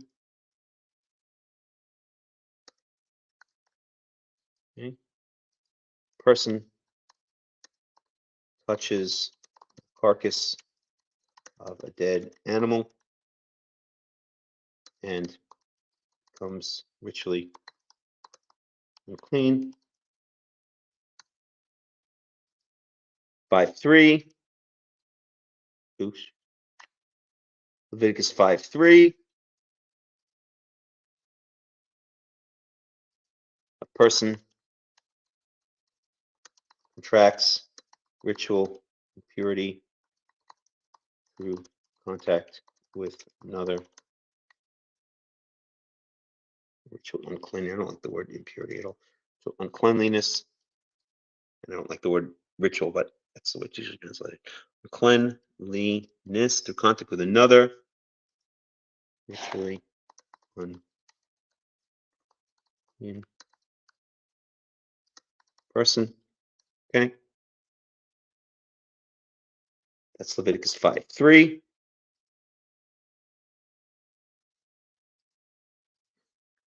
Okay, Leviticus 5:4.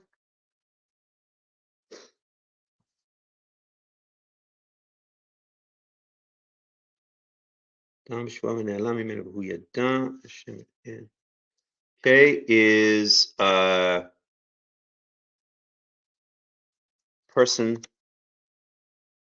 inadvertently, well, it's always inadvertent, a person, but in this case, I think it has to be said, inadvertently breaks an oath he has made for good or for bad. Okay, it's Leviticus 5:4.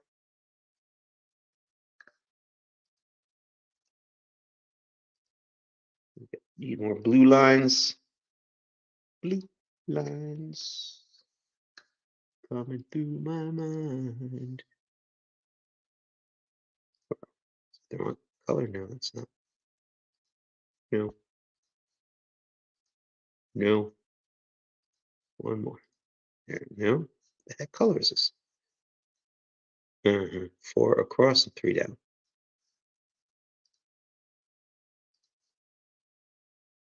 4 across and 3 down. There we go. Okay, so that's Leviticus 5:4. Leviticus 5:5. Leviticus 5:5. If he becomes where?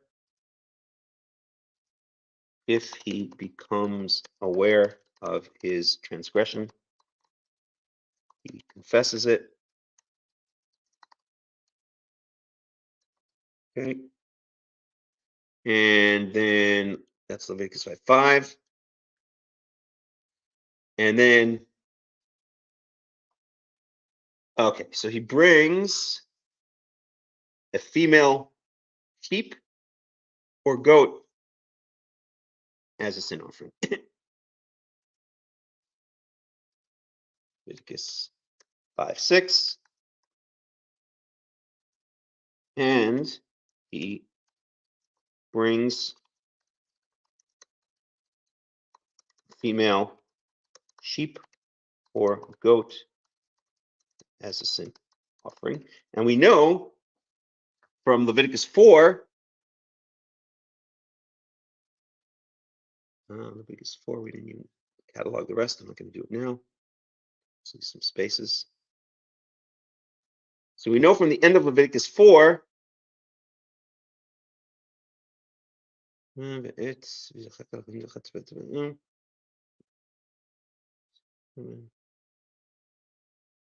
right. Where was it?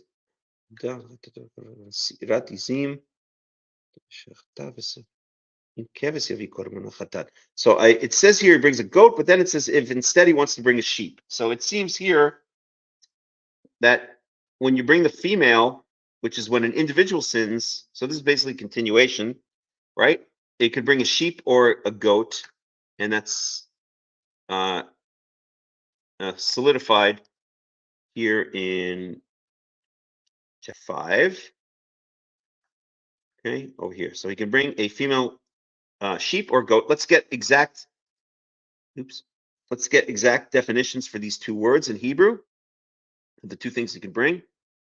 Okay, so you can bring a kisba. So let's go to our animal terms and look for kisba. Let's see if we have it here. So kisba. So keves is a baby lamb. So kisba is clearly going to be as kifsa, which is basically the same as a kisba, but I think I'm going to add it anyway. So ir is keves.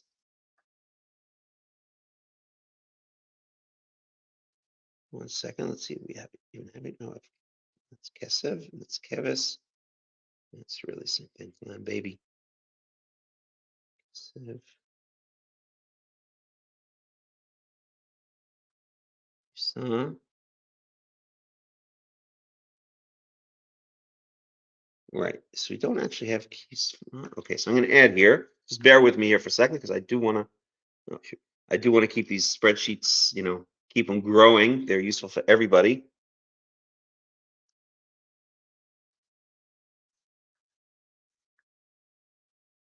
All right. So bring a kisba. So kisba is going to be a female lamb. All right. Let me just confirm that. A ewe lamb, right? So it's a female lamb, a feminine ewe lamb. Okay. So let's go here. Let me grab that. Kisba. Let me add that to the spreadsheet. Add it down at the bottom. Kisba. That is going to be is going to be the same basically as this. Where is it? Is it kifsa? A ewe female lamb baby. It's the same thing. Kifsa and kisba are the same thing. It's basically what's called metathesis. Okay. I could basically actually even copy all of this.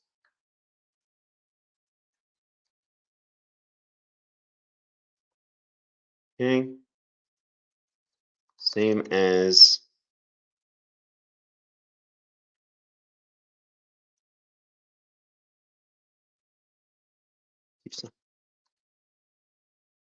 well, I don't have to add that. Okay. So this is now going to be in Leviticus 5. 5 is it? Leviticus 5:6. Leviticus 5:6. 5:6. Okay. Yeah, that's same as Greg Gibson.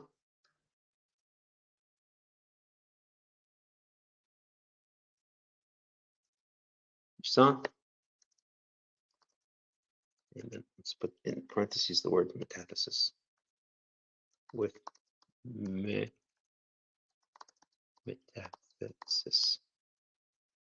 And if you don't know what that means, it doesn't matter.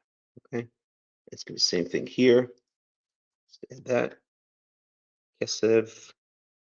Give me 1 second here. Everyone, I think it's just important to keep these spreadsheets up to date. All right. Okay. Okay. So that's that. That's Leviticus 5:6. Let's go back to our sacrificial laws. Leviticus 5:6. And that's it. Okay.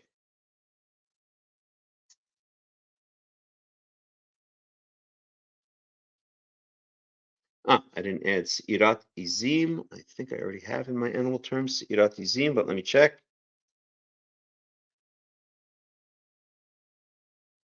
Seir we have.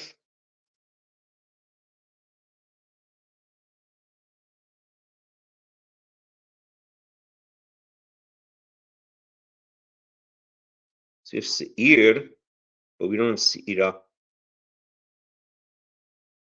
So I should add Seirat. Seira. So let me add that.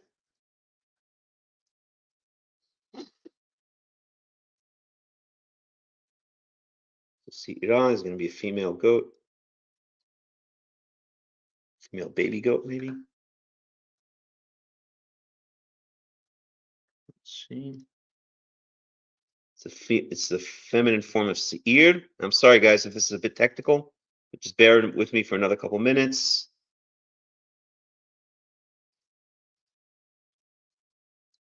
Oops. So this is Leviticus 5 as well. It's important to keep these spreadsheets up to date. And this is going to be it's going to be the same as Seir, kid baby. So it's going to be a female.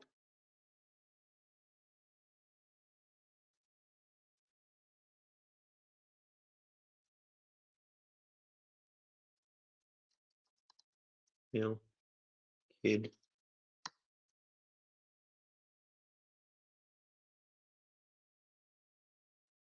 Okay, it's a female.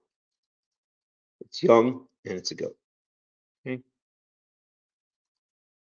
And I'll just add rendered in this as Seirat Izim.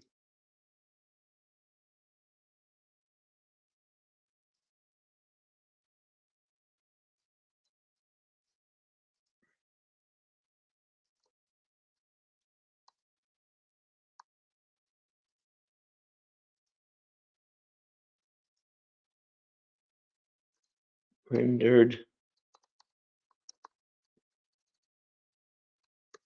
in this verse as here. See? Boom, that's it. Okay, so I think we've summarized everything. Let's go back to our sacrificial laws. Leviticus 5, and that brings us down to the end of verse 6. Okay, so this is a good place to stop and ask, are there any questions, any comments so far? Anybody?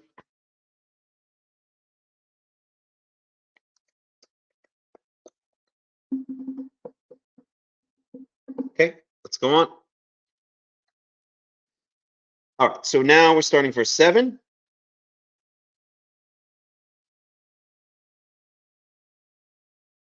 ואם לא, תגיע ידו ועשה, הוא הביא את אשמו אשר חטא שתי תורים או שני בני יונה ליהווה. So, literally, if it says, אם לא תגיע ידו, if his hand cannot reach out to acquire, I'll translate it that way, or his hand cannot reach far enough to acquire a baby. Let's get a definition for set. In terms, let's be specific here. So set is one of the flock. Okay, it's any sheep or goat, right there. So if he doesn't have enough money, if he doesn't have the financial means, is what it says, to bring one of the flock, to bring either a baby sheep or a baby goat, and he shall bring for his guilt which he sinned, which was the result of his sin, shtei torim or shnei b'nei yonah. So two pigeons or two turtle doves, right? Tor, sometimes I get them confused. Let me just look it up. So, okay, ben yonah is a pigeon. That's what I say to my Israeli friends, not to be confused with ben zonah. Tor is a turtle dove. Okay. Let's close this out. So two turtle doves or two pigeons. Okay, the Yahweh. And we've seen this before, so I think I could just copy it from elsewhere. And let's see where it is. It was in that statues. Let's see. Let's do it this way. I was a bird offering. Okay.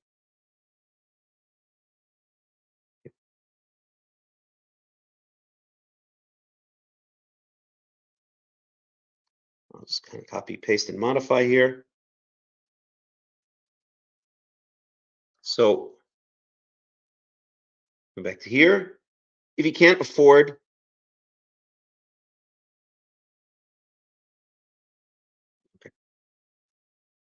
okay. Now we've seen this specifically where it's two. Just 1 second.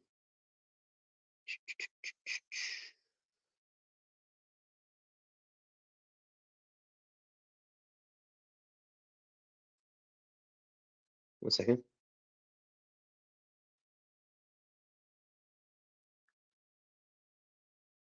Okay, it doesn't matter. I'll just say it again. If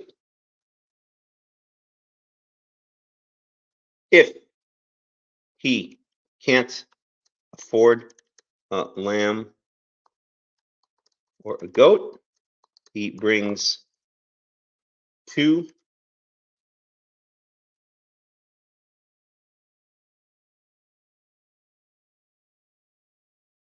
and again. Oops. Two turtle doves or two pigeons. Okay. He brings two turtle doves or two young pigeons, one as a, okay, and this is echad lechatat v'echad le'olah. So one as a chatat offering, one is a chatat, which we're calling again, what? A recompense offering. So one is a recompense offering, a recompense, let's see, sin offering, and one as a holy burnt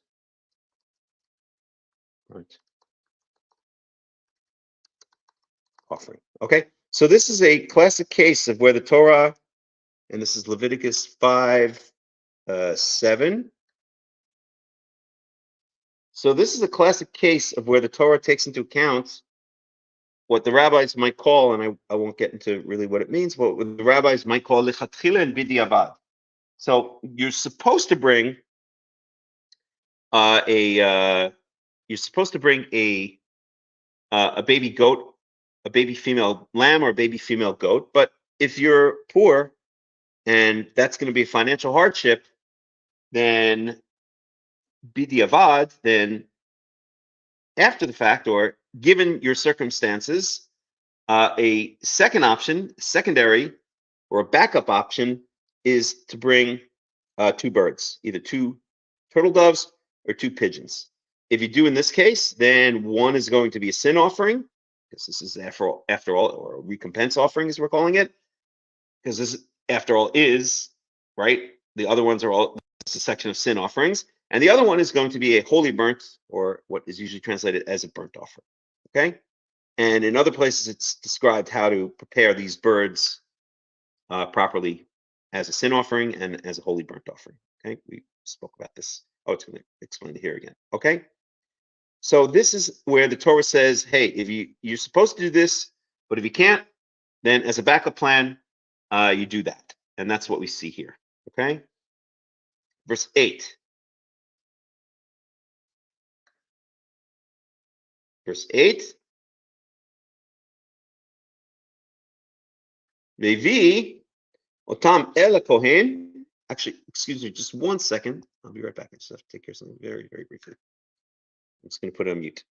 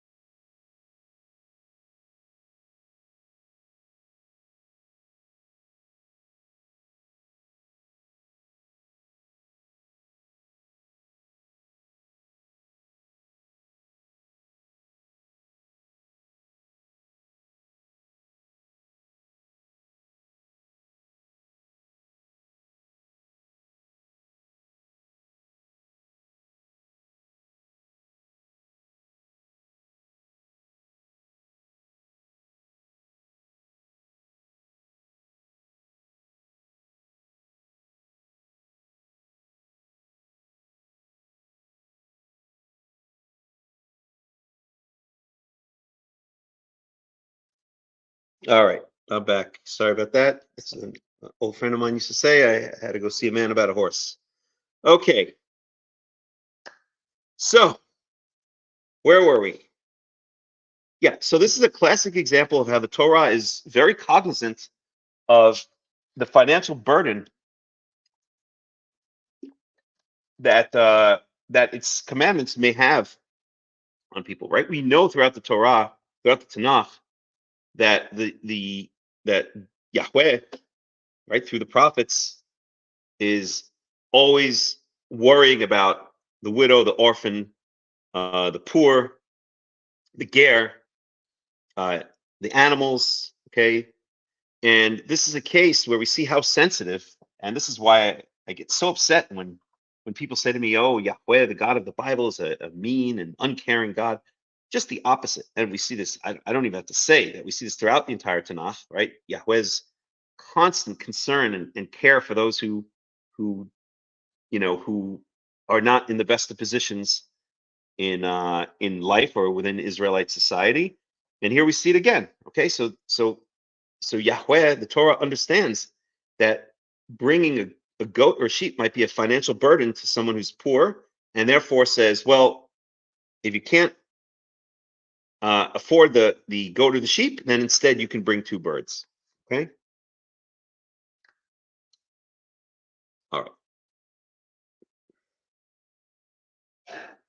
Verse 8, והביא אותם אל הכהן, והקריב את אשר לחטאת ראשונה, ומלק את ראשו ממול ארפו, ולא יבדיל. So I think we've seen this before. Let's see, let's go to our spreadsheet. Let's see. Here. He rips it open by its wings, but does not divide it into separate pieces. So we saw that with the burnt offering. Okay, so let me just see if I can grab this and copy it. So let's see how we'll do this. So this is Leviticus 5:8. So he brings okay, so he brings the sin offering first. Okay, let's do it this way. So he brings the, I'm just going to call it sin offering first by wringing its neck off, and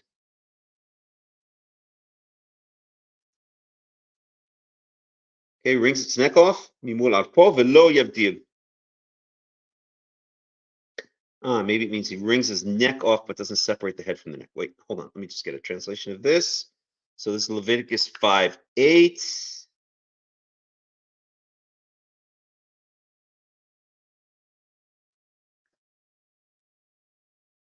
Pinch its head at the neck, but does not sever it. Okay, right.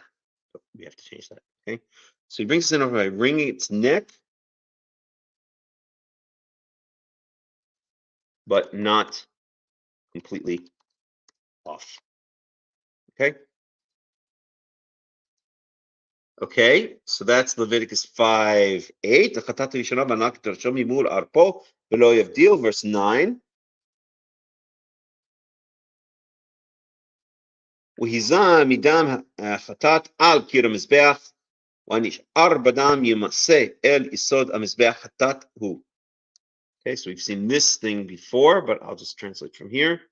So, והיזה חטאת על קיר המזבח. So he sprinkles some of the blood. He sprinkles some of the blood on the wall of the sacrificial, the walls, on the wall of the sacrificial altar, and pours the rest at its base. And we've seen this similar before. Okay, so this is Leviticus 5:8 and 9. Leviticus 5:8 and 9. So this is Leviticus 5:8. Let's do it this way. Leviticus 5:8. 8 and Leviticus 5:9. Okay. All right, we need more blue.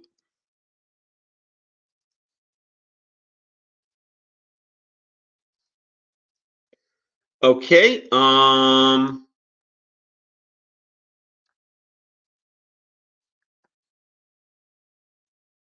And it is a sin offering, a recompense from transgression offering. Again, what are we calling it officially? We're calling it a recompense from inadvertent offense offering. Okay, so that's up to Leviticus 5:9. Verse 10. ותשני יעשה עולה כמשפט, וכיפר עליו הכהן מחטאתו אשר חטא ונסלח לו. So the second one,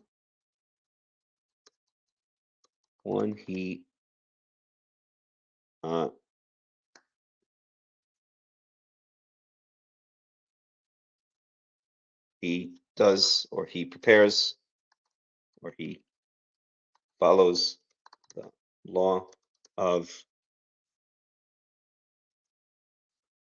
oops, so עולה כמשפט, okay. Second one, he follows the laws, or second, I'll just say, the second one, he prepares a sin offering.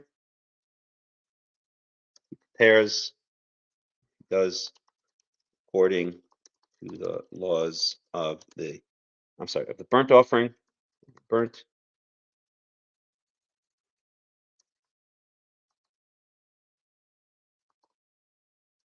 offering. And then when he brings both of these, and okay,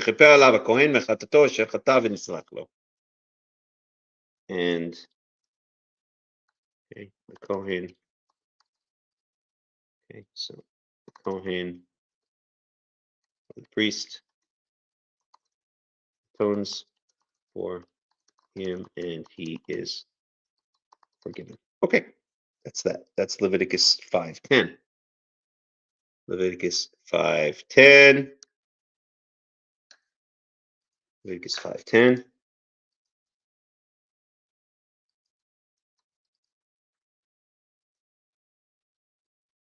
Okay. Alrighty. So then we get to 11.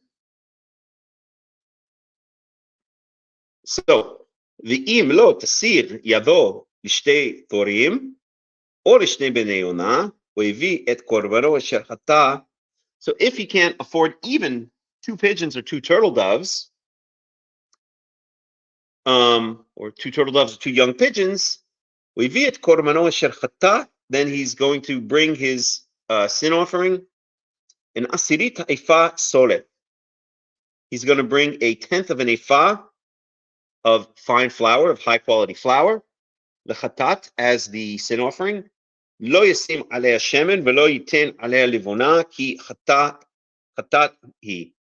So that's, again, let's say he's so poor that he can't even afford 2 birds, then he can bring also grain. So again, it just shows how sensitive Yahweh is to the financial bird chips, the potential financial bird chips of bringing sacrifices. It shows how much he cares about the poor. Okay, so let's catalog that.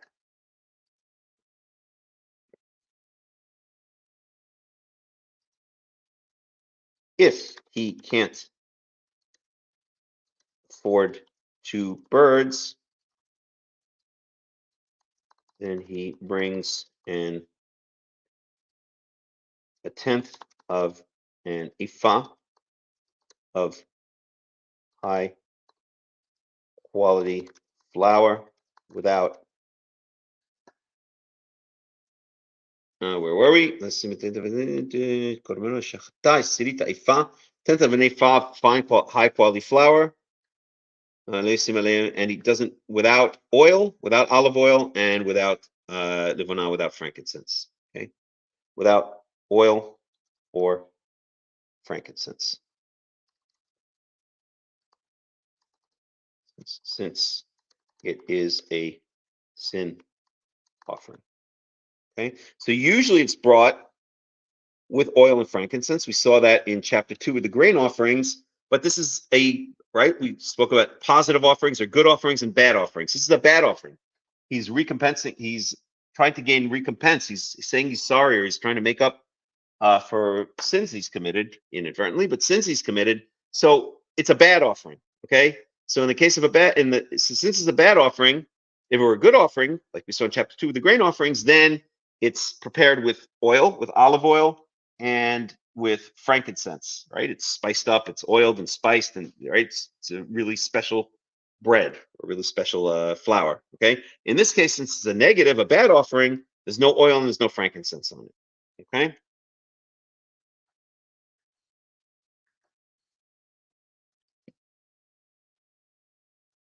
Okay, that's Leviticus 5:11. We're almost at the end of the sin offerings, or what we're calling the recompense for offense offerings. Leviticus 5:11.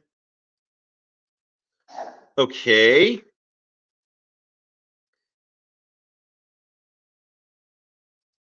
Verse 12. Vivi'ah el hakohen v'kamas hakohen mimena melo kumso et azkarata wa'iktir hamizbeha al ishe Yahweh chatat hi. So the Kohen is going to take a handful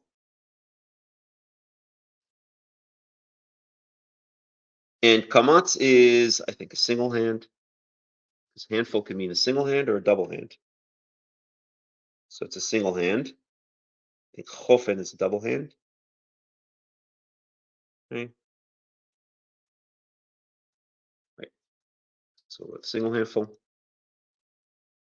So so now he's going to bring this fine flour, 1/10 of an ephah, and an ephah is a dry measure, like let's say a cup, or that would also be a wet measure. Yeah, but similar, right? Like instead of a cup of flour, an ephah of flour, it's just a measure in ancient times.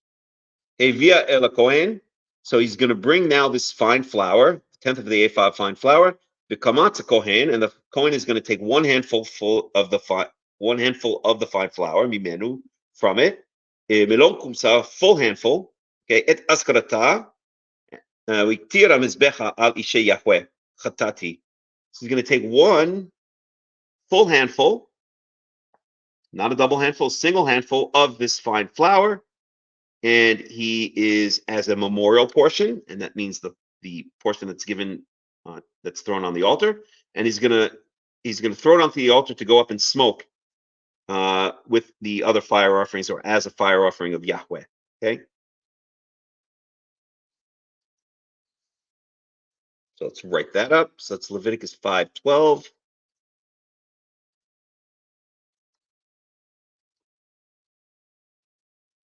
The Kohen will take a full single handful of the flour as a memorial portion and throw it on the altar to go up in smoke.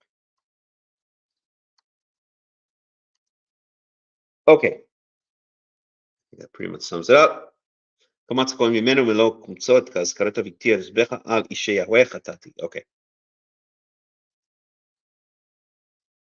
Verse 13,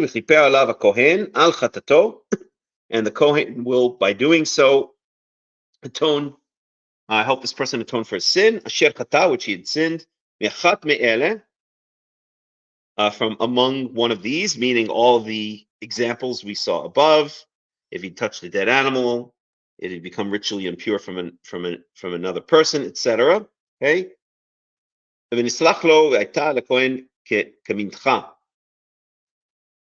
Okay, that's important. So in doing so, the Kohen will atone for the person who has sinned, and he will be forgiven. And so then we have to ask, so he's taken a handful, thrown on the altar, what happens to the rest? And it says, so mincha is literally a gift, or a grain offering gift, okay? So the rest goes into the hands of the Kohen. The Kohen gets to keep the rest, which to me is a little bit strange because it's a negative offering, it's a sin offering, but yet in this case, the Kohen gets to keep it, to eat it on his own, it would seem, okay? So the rest is a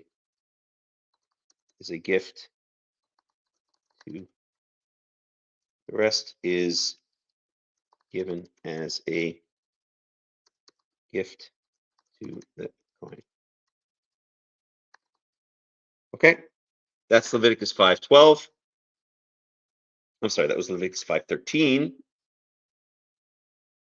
So Leviticus 5:12 was this.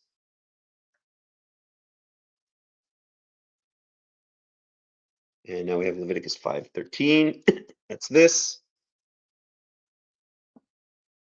Okay, and that brings us to the end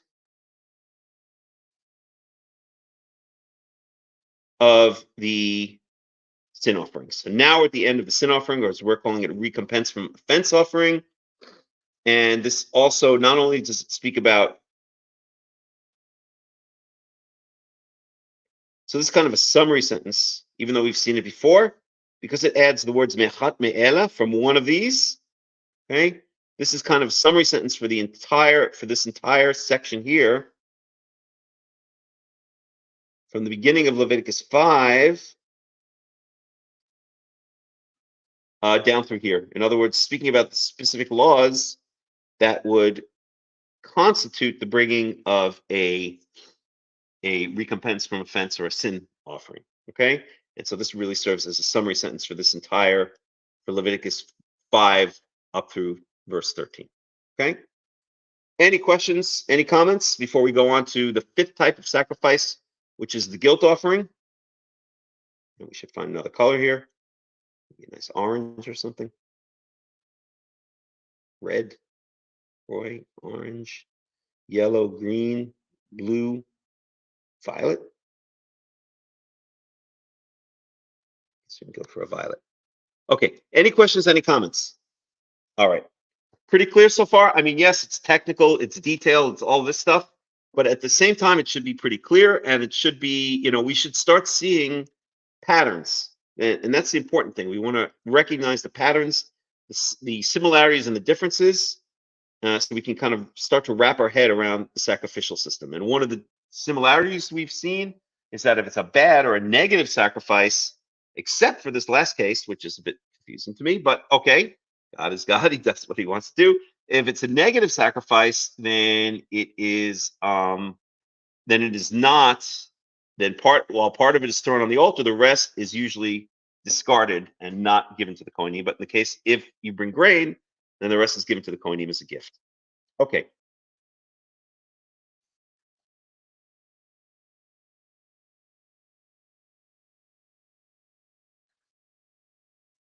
So let's read this. So if his hand cannot attain, this is speaking about if the person can't afford the lamb or the goat. The primary sense of the verb is reach. Doesn't matter. Hand in biblical idiom. I'm going to skip here. The law that follows here is what the rabbis called an korban oleh yored. That is a sliding scale offering, which is devised to accommodate people of limited means.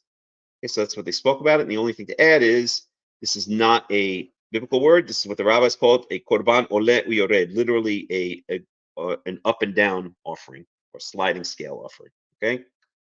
And that's it. That's the end of his commentary. Now, up until the guilt offering section. Okay. So you have the guilt offerings.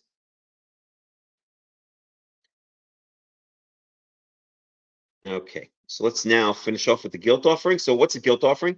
So the sin offering, that's the end of the sin offering. To sum up, the sin offering or the recompense from offense offering is brought when? It's brought when someone inadvertently commits a sin, inadvertently violates a commandment,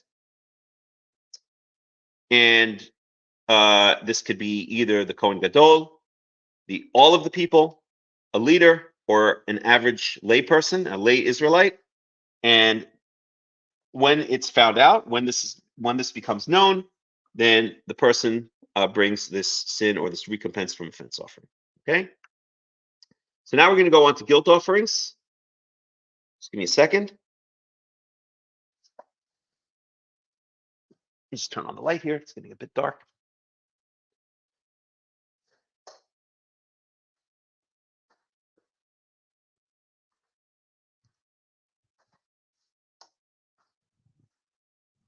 Soofy girl, what are you doing? It's one of our cats here. Would you all like to say hi to Hakham Soof? You're just the smartest cat ever. Okay, Soof, you're going to take over. You're going to teach this section, okay? You ready? Remember how I taught you to read Hebrew? Come here, you. There she is. Can you see her? You can't see her now. Where'd you go? Because of the background thing, it's not working. Go, baby. Lie down over there. It's Hakham Soof. Okay. One of our cats. Okay. And Paul says it's great how God had a plan for these situations. Yes, again, it just shows how realistic, right? For me, it's proof that the Torah is true because everything's thought out. All different situations are thought out, and everything's so logical, and everything just fits together as a beautiful, well thought out or beautifully thought out system. And for me, that's just another proof that the Torah is logical. Because if you read other systems of law, something's off. Something just seems off. And when you read the Torah, it doesn't seem off. It seems like everything just kind of fits together logically. And the more you think about it, the more sense it makes, right? Like the idea that the sin offering is is not given, the rest of the sin offering is not given as a gift to the Kohanim because it's a bad or a negative offering. Okay? And so many other things. All right. So now we're going to go into the guilt offering. This is called the Asham in Hebrew, and let's find out what it is. So, Yahweh el Moshe lemor. It's our final and fifth type of offering. So, just to sum up, okay, this is our burnt or Holocaust offering. This is our grain. This is our peace or communion offering. This is our sin or recompense from inadvertent offense. And actually, I should put here. Let's do this way. So burnt, I can get rid of all that. Grain, I can get rid of all that. And I could put here burnt or holy burnt. Oops, holy burnt or Holocaust. And remember, that's what Holocaust means. Hollow, holy, cost, like caustic means burnt. Okay. Okay. Okie doke. So our last type is going to be the guilt offering. Let's pick another color. Maybe a nice orange. How about that? A little bit more orangey. How about that? All right, that works.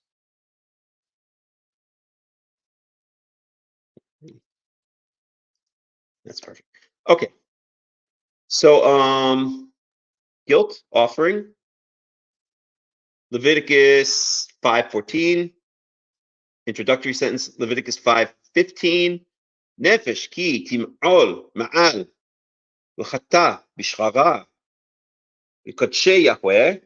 Okay, we're gonna have to explain what this means. Vevi et ashamo liYahweh. Okay, so someone who has, they usually translate tim'ol ma'al as transgressed against or embezzled. It's often translated as. We're going to have to get a couple of translations here. Let's start with our good old friend Robert Alter. Let's see how he translates it. Say, should a person betray trust and offend errantly? So he translates it as betray trust and offend. Okay.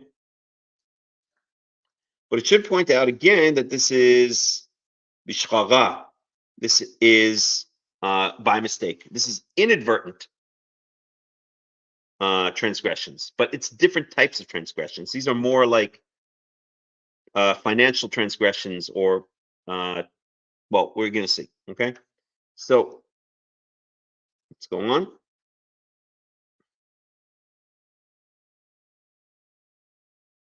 So let's get a commentary here.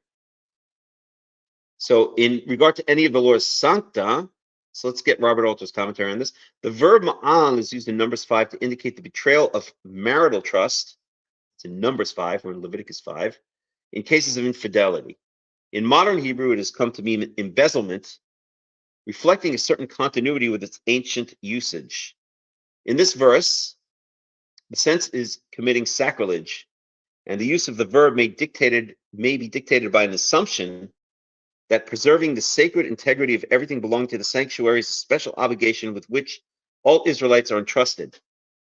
In verse 21, betrayal of trust in its more obvious sense is at issue, although the deception of one person by another is conceived as a betrayal of God's trust, because it is God who insists on a standard of honesty from humanity. So the important thing to take away from this is, so when we get down to verse 21, it's verse 21.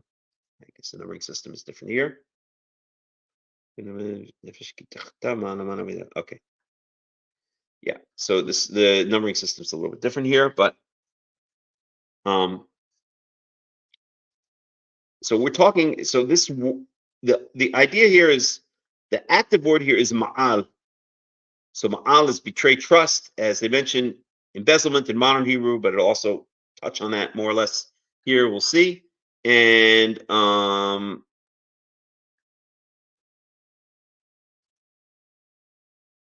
right, and in this case, this first case is going to be with those things which are the holy parts of God's tabernacle, of Yahweh's tabernacle. Okay. So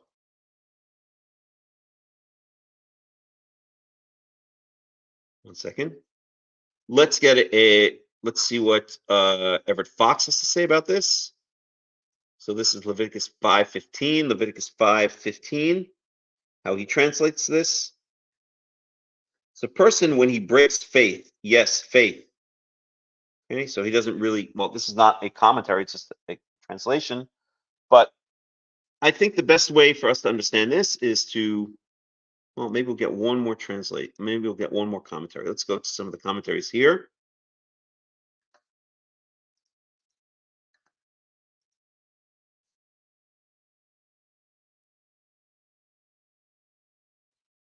And we are in 5:15. So let's go with Ellicott. That seemed like a pretty good one last time. So if a soul committed trespass, the word used here for trespass is not the same, which is so rendered in Leviticus 5:19. 5:19 for a second.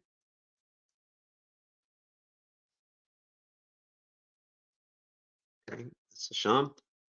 And from which the noun rendered in this very and from which the noun rendered in this very chapter by trespass offering is derived. I don't think it's relevant too much to us now. We want to figure out. It literally denotes to cover, then to act covertly, to be faithless, especially in matters of a sacred covenant made either with God or between husband and wife. See Numbers 5:12. And then this is relating to the holy things of the Lord. That is inadvertently keeping back the things which belong to the sanctuary and to the service of the Lord, as for instance the tithes, the first fruits, or not consecrating or redeeming his firstborn. So that's Ellicott's take on that. Let's go to Benson. So trespass against the Lord and his priests through ignorance in the holy things, in the things consecrated to God and to holy uses. These were many, and by various ways a man might be guilty, even unwittingly, with respect to them, such as tithes and first fruits, or anything due or devoted to God, which possibly a man might either withhold or employ to some common use. Right. So in that sense, it's kind of like embezzlement. Right. You're embezzling the stuff that belongs to God. You're redirecting it to yourself, or you're withholding from paying it to God. Okay. A more chargeable sacrifice. Okay, so then it goes on to the actual bring. Okay, here are the offerings. Let's read this. To atone for trespass against the neighbor, if a man puts to his own use unwittingly anything dedicated to God, he was to bring the sacrifice.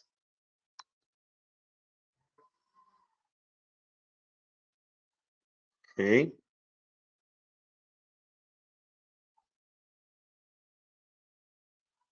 In the holy things of the Lord, the reference is to a failure in the payment of the first fruits, tithes, or fees of any kind connected with the public service or religion by which sanctuary suffered loss. Maybe we go for one more. How about Cambridge Bible? No, not Pulp and Commentary. Let's go for this Cambridge Bible. Okay. Committed trespass. Almost the same comment as we saw in other places. By keeping back what is his due, e.g., tithes of first fruits. So that seems to be the consensus. Okay. The consensus seems to be you owe something to God. That's Mikache Yahweh, the Sancta. I think Robert Alter translates that as the Lord's Sancta. Okay. You owe something to God, like the first fruits or tithes. This is the holy stuff that you owe to God, the Kadshe Yahweh, the holy things, the holy payments to Yahweh. Okay. And you have embezzled them. You've failed to pay them. Okay. Isn't April 15th coming up in 2 days? So it's like failure to pay your taxes, right? So here you failed to pay your taxes to Yahweh. You failed to pay that which Yahweh has commanded goes to him, which actually goes to the priests. Okay. So that seems to be the consensus. Ve'vi et hashemo Yahweh. So if you've done that, and again, the key is inadvertent. Okay. So far, all of the sins we've seen. Whoa. Uh-oh, we're frozen. Oh, darn. Uh-oh, I think we're frozen. Let me see if it unfreezes. If not, I'm gonna restart the computer. I think we're frozen. Yep. Give it a second to try to clear itself. If not, I'm gonna restart the computer.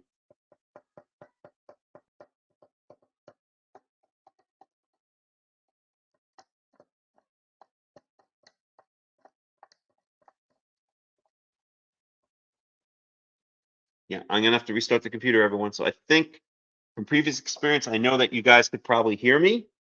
I've got the turning beach ball, which means we know this happens usually once. Oh, wait, did it clear? No, it didn't clear. I'm gonna get the beach ball again. Okay, I'm gonna restart the computer. I'll be back in about 5 minutes. Okay, so just, I guess, chat among yourselves, as they say.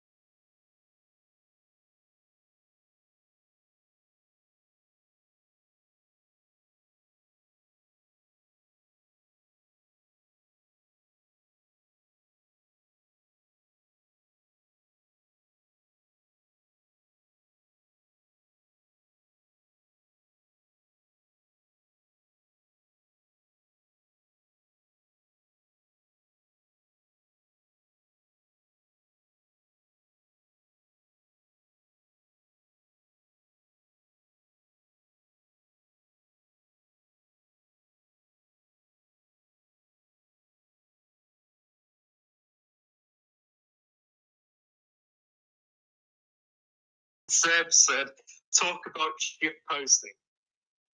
And since I beg your pardon, I was like, "Fuck."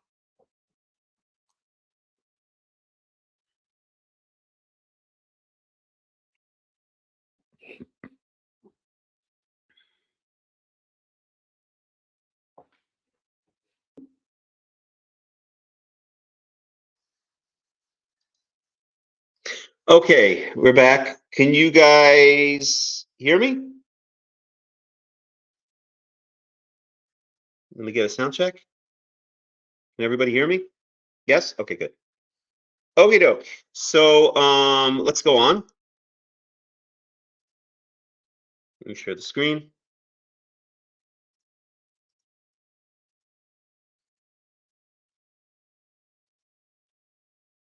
And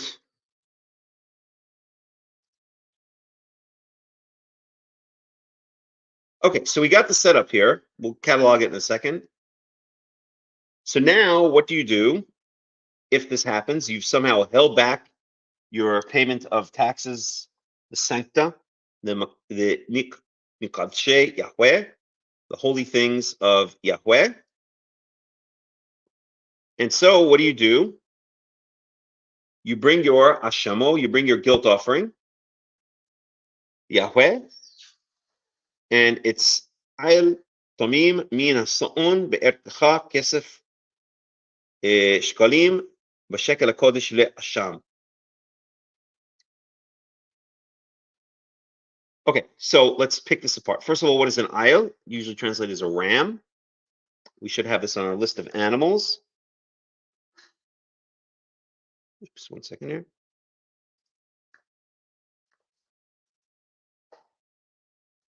So let's go to our animal terms. And here's our ayl. So it's a male sheep. Okay, it's a male sheep. Not to be confused with ayal, which has exactly the same consonants but different vowelization, which is a deer. This is an ayal. This is a male sheep. Okay, a ram. Like the thing on the front of the truck, the Dodge truck, right on front of the ram. Okay, so that's what you bring. כסף שקלים בשקל הקודש לאשם. So you have to bring, so you owe God money, right? You owe him stuff you've held back. So now you're supposed to bring a ram. And I guess there's going to be a number of different interpretations of this, but the way I'm understanding it, we could check some of the commentaries, is in the value of the amount of silver or the weight of silver, b'shekel HaKodesh, in the holy, and this is just the official weight. The official shekel was a weight. In fact, that's where we get the modern words, English word scale, as a guilt offering. To paraphrase, what this is saying is you have to bring a ram. As I understand it, and we're going to check commentaries in a second. This is saying that you have to bring a ram that is of the same value of the money that you owe Yahweh, and you're going to pay a penalty fee. So it's just like the IRS, right? If you forget to pay your taxes, or if you don't pay your taxes, oops, let's get Whitey Boy back in there. If you don't pay your taxes, then if you fail to pay your taxes, then you're going to have to pay those taxes plus a penalty. And that's what this is speaking about here. Let's get a little bit of commentary on this.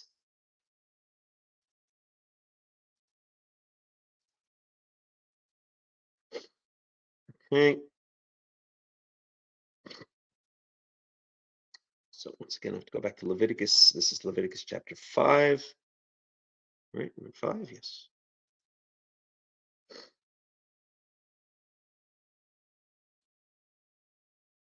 We're in 5:15. So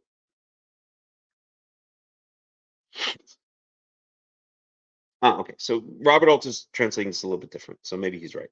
He shall bring his guilt offering to Yahweh, an unblemished ram from the flock, or its equivalent in silver shekels, according to the sanctuary shekel.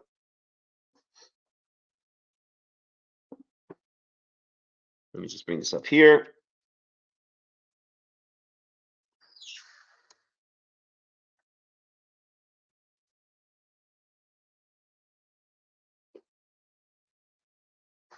So, or its equivalent. So Robert Alter says about that, the literal sense of the Hebrew is in your estimation.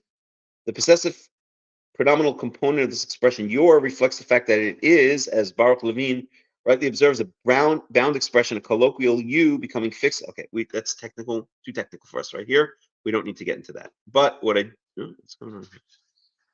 I can cut out of this. Go back to here. Okay, let me just parse this in my head again. It's on kesef shkalim shekel hakodesh lacham. Okay, that's the way Robert Alter interprets it. I want to get a little bit more commentary on this. Let's check some of those other commentators we were looking at.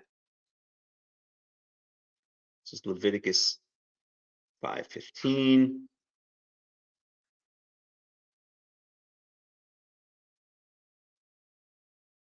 We want English. NIV 5.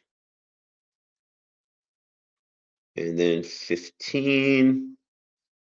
Oh, we want to do commentary. That's what it is. Comment. Leviticus 5:15. So that's not the way I understand it, but I could very well be wrong. So I want to get some more commentary. Okay. With thy estimation by shekels of silver, that is, according to the valuation of Moses, to whom this was primarily addressed, the ram is to be so grown up as to be worth several, or at least 2 shekels. The act of valuing was transferred by Moses to the officiating priests. I'm not sure if I'm getting that. Benson commentary. As thou, O priest, shall esteem or rate it, and at present thou, O Moses, for he has yet performed the priest's part. And this was an additional charge and punishment to him. Besides the ram, he was to pay for the holy thing which he had held withheld or abused so many shekels of silver as the priest should esteem proportionate to it. Okay, let's read one or two more. Matthew Henry's concise commentary. That's just kind of preachy. We don't want that. We don't want that.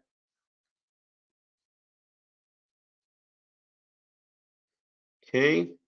Which belonged to the priest alone, or he was required, along with the restitution in money, the amount of which was to be determined by the priest to offer a ram for a trespass offering as soon as he came to the knowledge of his involuntary fraud. All right, so I guess the consensus seems to be, so you're going to bring a ram,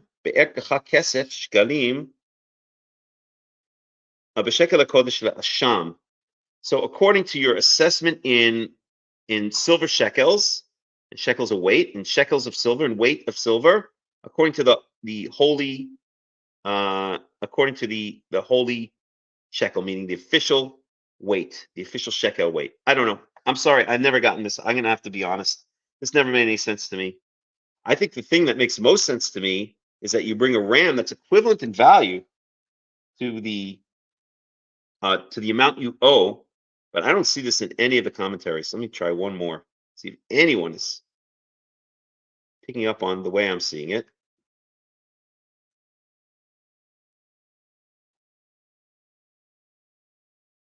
So no, this is 2 shekels.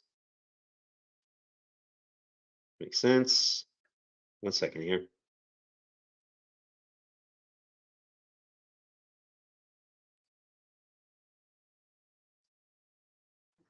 You know, this 2 shekels thing doesn't make any sense to me. 1 more second here.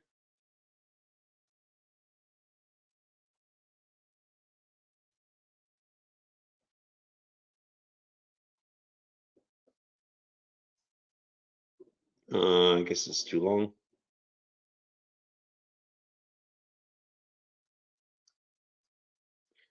Okay, I don't know. I'm going to leave this as a question mark. Apparently, all the commentaries disagree with the way I'm seeing it. I'm going to say literally what it says in the Hebrew. Okay, so you're going to bring a ram,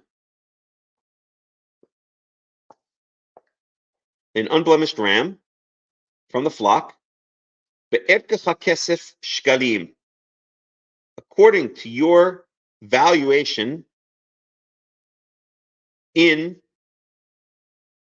silver shekels. Shekel HaKodesh LaAsham. I don't know. I'm sticking to mine.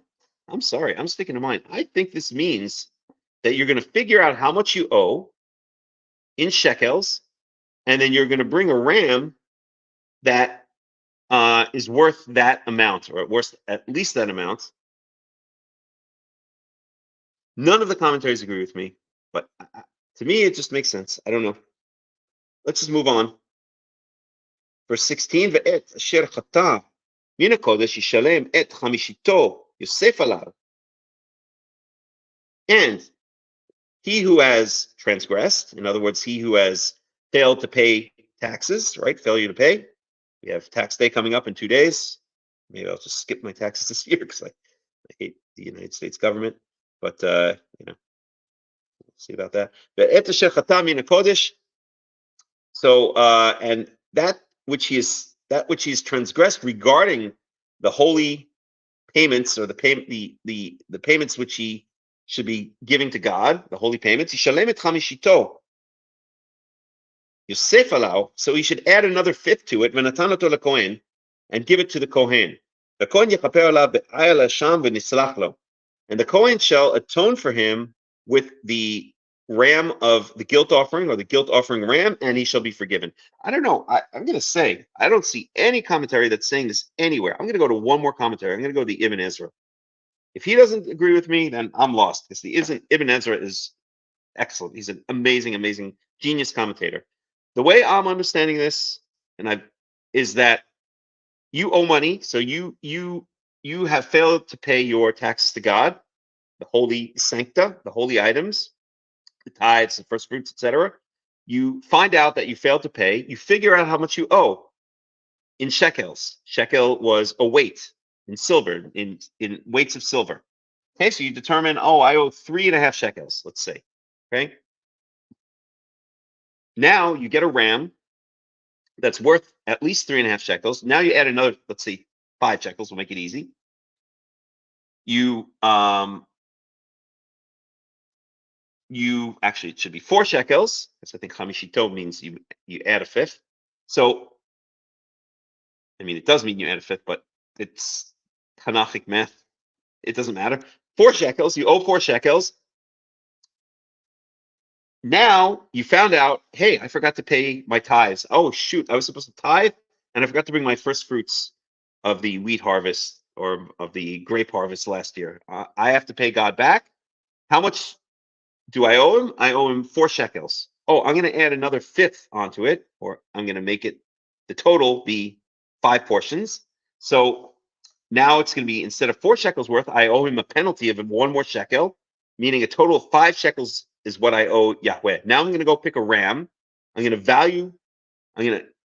on this value of what I owe him, I'm going to go take a ram that's worth this amount, and I'm going to bring it as this ram worth 5 shekels. I'm going to bring it as a guilt sacrifice. There might be problems with this because I don't know how much a ram is worth, right? Can you find rams that are worth, such a range? Who knows how much the person owes? I don't know. It's confusing. It's honestly, that verse has always been confusing to me, or that phrase has always been confusing to me. But that's what makes most sense to me. I'm going to go I'm going to give it one more shot with the Ibn Ezra and see what he has to say. Let's see if anyone out there agrees with me at all. So we've got to go to Tazria.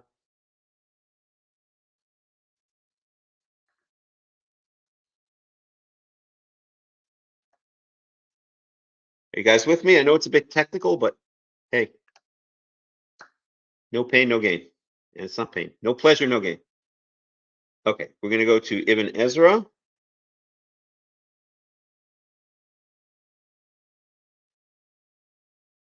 Ibn Ezra. We go to Leviticus 5:15.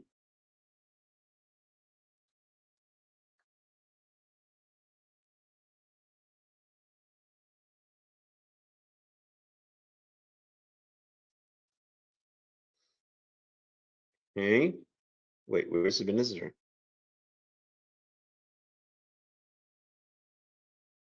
Oh, they're doing it differently now. I see. Wait a second. What happens if we do that? Oh, darn. Ibn Ezra. Ah, they changed the. Okay, I see what they did here. They changed the. Oh, that's kind of weird. So if you click on 16. Wait a second. Okay, then the Ibn Ezra comes up there. Okay, they changed the format here, but that's okay. 1 second.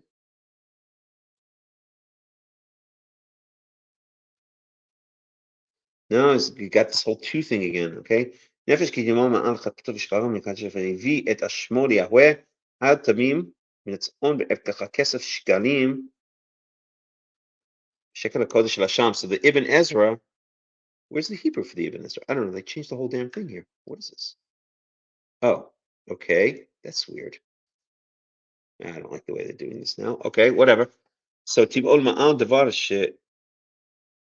שיכסה עליו מגזרת מעיל והטעם כי חטאת הוא בקדשי השם יביא על שהוא שווה כסף שקלים מיעוט רבים שניים, and at least 2. I don't know. He's given the same thing. I give up. See what he says here.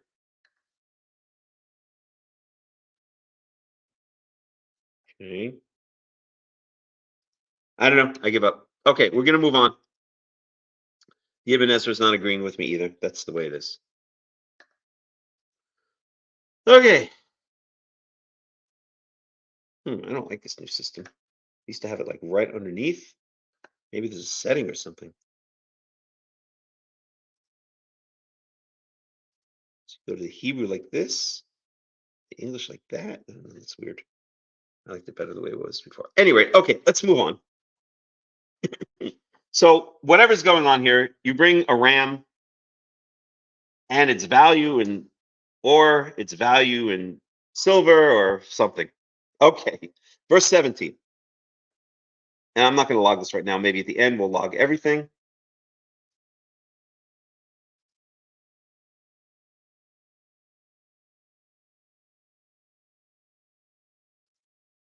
Okay, so verse 17.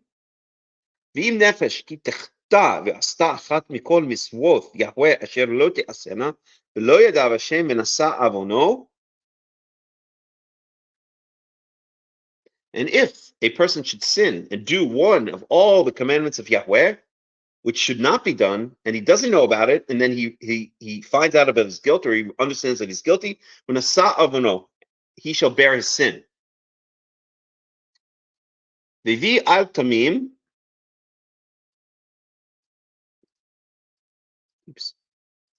והביא על תמים מן הצאן בערכך לשם אל הכהן וכיפר עליו הכהן על שחרתו אשר שרר והוא לא ידע ונסלח לו. Then he should bring an unblemished ram from the flock according to your value, or according to your valuation, le'asham, as a guilt offering, el kohen, to the kohen, v'chiper alav kohen, and the kohen shall atone for him, al shcharato, on his error, because again this was an inadvertent transgression, asher sharag, which he had inadvertently done, v'hu lo yada, and he didn't know about it, v'nislach lo, and he's forgiven. Asham hu, Hashem liyahweh. This is the guilt offering. It is Hashem liyahweh, because he has certainly been guilty, or as Everett Fox likes to translate it, he has been guilty, yes, guilty to Yahweh. Okay? So that sums up the guilt offering. So what's the difference between the guilt offering and the sin offering? So it's the same thing, right? In this case, he's sinned inadvertently. He's violated a commandment of the Torah inadvertently, and then he's found out about it. So why doesn't he just bring a chatat, a sin offering? Why a guilt offering? Well, the difference to me seems to be that it's the type of transgression, it's the type of violation of the commandment that's committed. In the case of the sin offering, we saw some examples. Okay, so what were the examples we saw? Just to review, where was it? No. Sacrificial laws. Okay, so the examples we saw were that he touches the carcass of a dead animal or another human being and becomes ritually impure, that he inadvertently breaks an oath,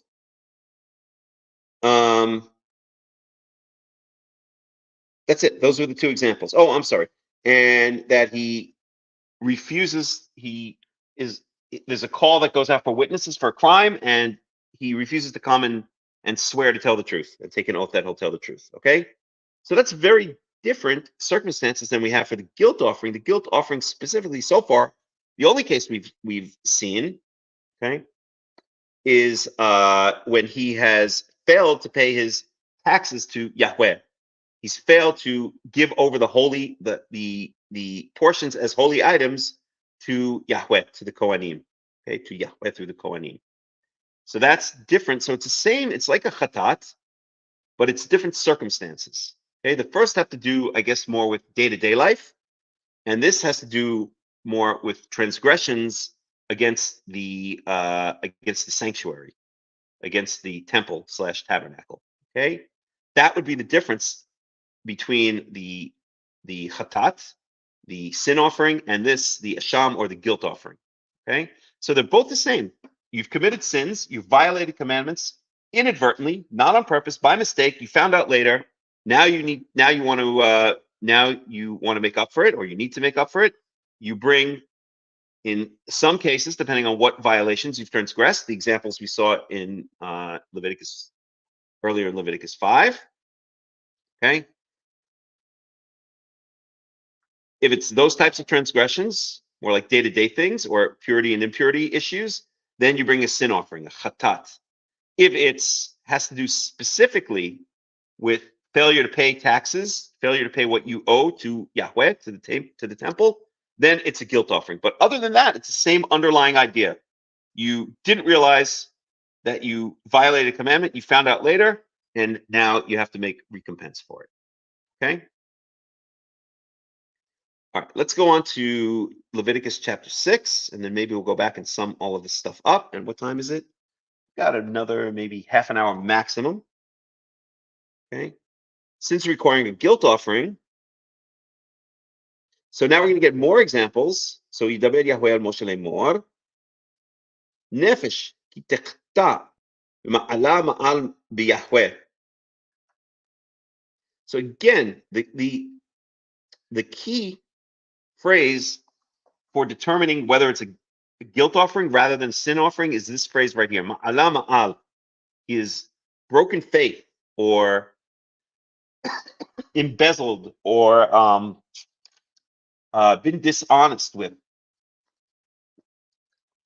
Okay? It seems to involve, and that's why in modern Hebrew it's often translated, or it's the word for embezzlement. Mi'ilah is embezzlement. Okay? It seems to be specifically speaking about money owed either to God, to the sanctuary, or in this case, we're going to see to financial crimes, financial transgressions against another human being. Okay? So ma'al Yahweh, he's broken faith with Yahweh. We'll translate it that way. Let's get an Everett Fox translation. That's Leviticus 6.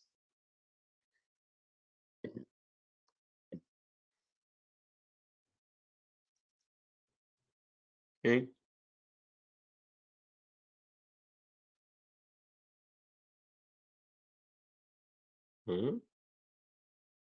I'm sorry, we're still in Leviticus. Well, let me close this out. Yeah, we're in Leviticus 6. Oh, right. There was a difference in numbering. It's the end of 5. Okay, so let's just get Everett Fox on this. Okay, so regarding what we read just now, a person who breaks faith, yes, faith, sinning in error regarding any of the holy things of Yahweh, he is to bring his asham or penalty, and he translates it as not a guilt offering, but a penalty offering to Yahweh, a ram, holy sound from the flock by your assessment, in silver shekels by the holy shrine shekel as an asham or as a guilt offering. For that, whereby he sinned regarding the holy things, he is to pay, and its fifth, he is to add to it, giving to the priest. Then the priest is to effect purgation on his behalf with the ram of the sham, and he shall be granted pardon. So I guess what I'm getting from Everett Fox is you bring the ram, and then you also return the money, and that also makes sense. Let's move on. But if a person, when he sins by doing any of the commandments of Yahweh that are not to be done, even if he did not know that he incurred guilt, he must bear his iniquity. He's to bring a ram, holy sound from the flock by your assessment as an asham offering to the priest. The priest is to effect purgation on his behalf for the error whereby he erred, even if he did not know, and he shall be granted pardon. And that's where up to now. The numbering system is a bit different here. We're in Leviticus chapter 6, but here the numbering is at the end of 5. So, but it doesn't matter. It is an asham guilt offering. He incurred guilt, yes, guilt before Yahweh. Yahweh spoke to Moses, Moshe saying, a person, this is where we are, person who, when one sins, breaking faith, yes, faith against Yahweh by denying his fellows charges regarding a deposit, or what is placed in one's hand for safekeeping or robbery, or by withholding property from his fellow, or by finding a lost object and denying it, or by swearing falsely regarding one of anything that a human may do to sin by the aforementioned, it shall be when he has sinned and realized his guilt, he is to return the robbed object that he robbed, or withheld property that he withheld, or the deposit that was deposited with him, or the lost object that he found, or anything else about which he swore falsely. He's to repay it in its principal or its capital amount, and its fifth, he's to add to it to the one who he is to give it at the time of his being proven guilty. And his asham offering he's to bring to Yahweh, a ram, holy sound from the flock, by your assessment for an asham offering to the priest. The priest is to effect purgation for him before the presence of Yahweh, and he shall be granted pardon for whichever one of all the things that he may have done to incur guilt thereby. To make a long story short, this is all speaking about financial crimes against a fellow human being. This here is speaking about financial crimes, inadvertent financial crimes against Yahweh. This is speaking about inadvertent financial crimes or maybe these are actually not inadvertent this time because it doesn't say the word shtaga. These are dealing with financial crimes against other human beings. So the whole thing has to do with money, with paying or failure to pay that which you owe. Okay, it has to do and other related things. Okay, so let's go through this, and then maybe after that we'll end. Okay, so let's go through this. But that's the distinguishing feature of the guilt offering as opposed to the sin offering. And again, I'm just using the usual translations. The guilt offering has specifically to do with embezzlement or mismanagement or mishandling, either unintentionally in the case of God, or I think here it implies intentionally in the case of relating to other human beings. And Julie's cat, out of here. And Julie's cat's in the sunroom.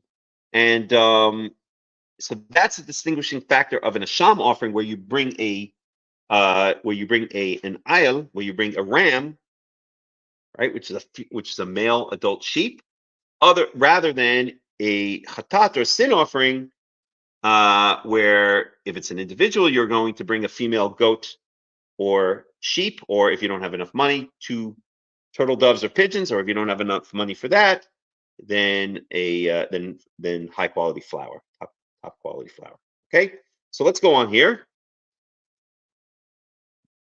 Let's see what we got. So nefesh ki tachteh ma'al b'Yahweh. So any person who sins and breaks faith with Yahweh, or is unfaithful to Yahweh, breaks faith. We'll go with Everett Fox's translation. What was it? Breaking faith, yes, faith against Yahweh. Let's go with that. Okay. Or commits a financial crime against Yahweh, and then it goes to speak about financial crimes against other human beings. The implication being, as many commentators point out, that if you cheat another human being, you are committing a transgression, or you're breaking faith with Yahweh. Okay. He denies, and this does seem to be intentional because you cannot do this by mistake. So what does that mean? Literally, he denies regarding his fellow man, or regarding a deposit of his fellow man. So what does this mean? This means that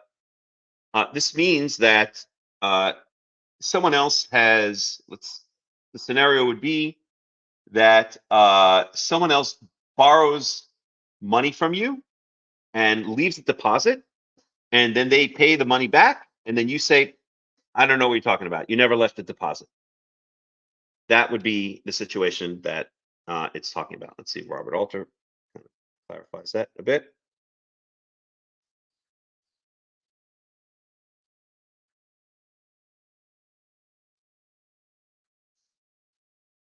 No, he doesn't really. So that would be a situation. Pikadon means a deposit, and pikadon is mentioned other places in the Torah. But that's what it's speaking about. Okay. Otsumat yad, or betsumat yad, or begezel. So these are different types of stealing, basically. Let's see how Robert Alter translates that one.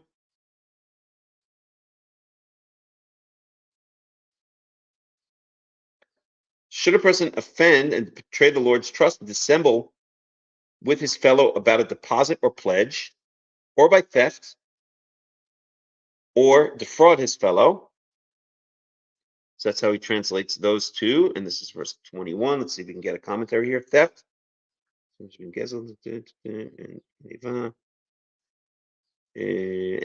doesn't have much to add there. Okay. Tzumat yad, in my opinion, means basically stealing. It means placing your hands on something.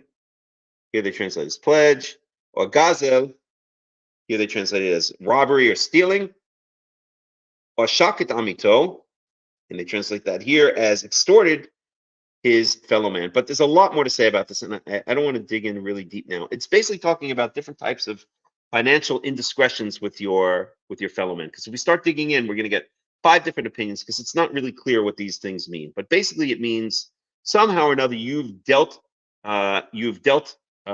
incorrectly, or you have been financially unfair or cheated your fellow man. That's basically what it comes down to. Okay. Verse 3, this is a bit more clear. Or matzah avida v'kichesh. So he found a lost object, someone else's lost object, and denied it. According to the Torah, it's an explicit commandment in the Torah that if you find someone else's lost object, you're supposed to return it to them. And if you don't know who they are, you're supposed to hold on to it until you can find out, until they come looking for it. Okay, so it's called hashavat avidah.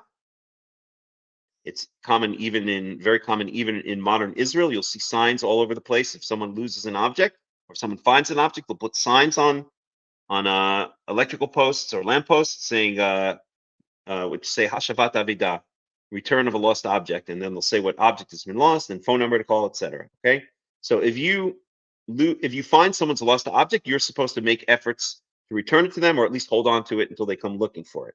Okay. So so he found a lost object. So you lost your, I don't know, your expensive Beats headphones, and someone found it, and then they're supposed to return your Beats headphones to you, but they deny that they ever found it, and then you see them walking around the street with your Beats headphones or something like that. Okay, so they've denied it. Al sheker. Okay, so the key is here with all of these various scenarios.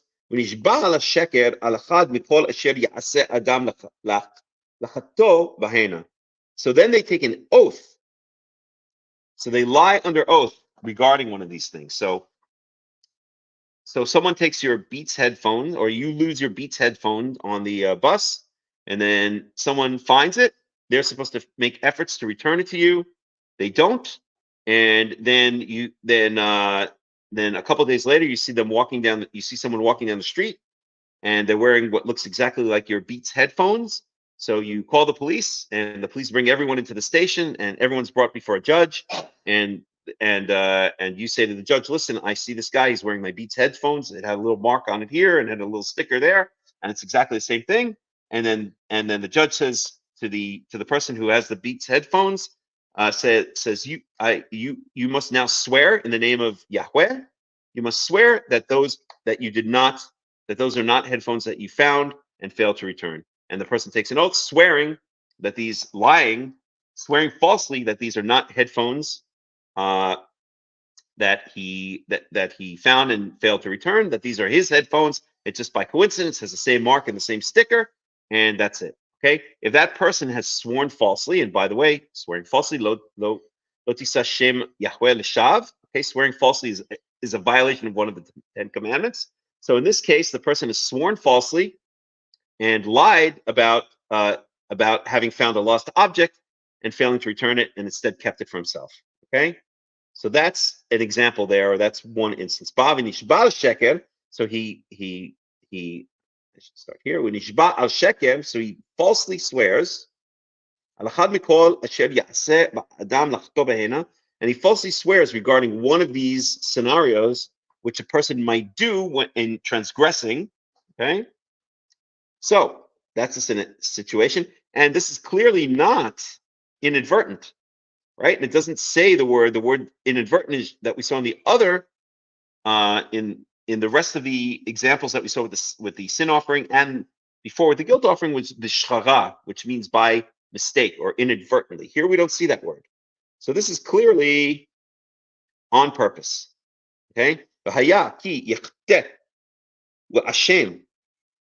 והשיב את הגזלה אשר גזל, או את העושק אשר עשק, או את הפיקדון אשר הפקד איתו, או את העבידה אשר מצא.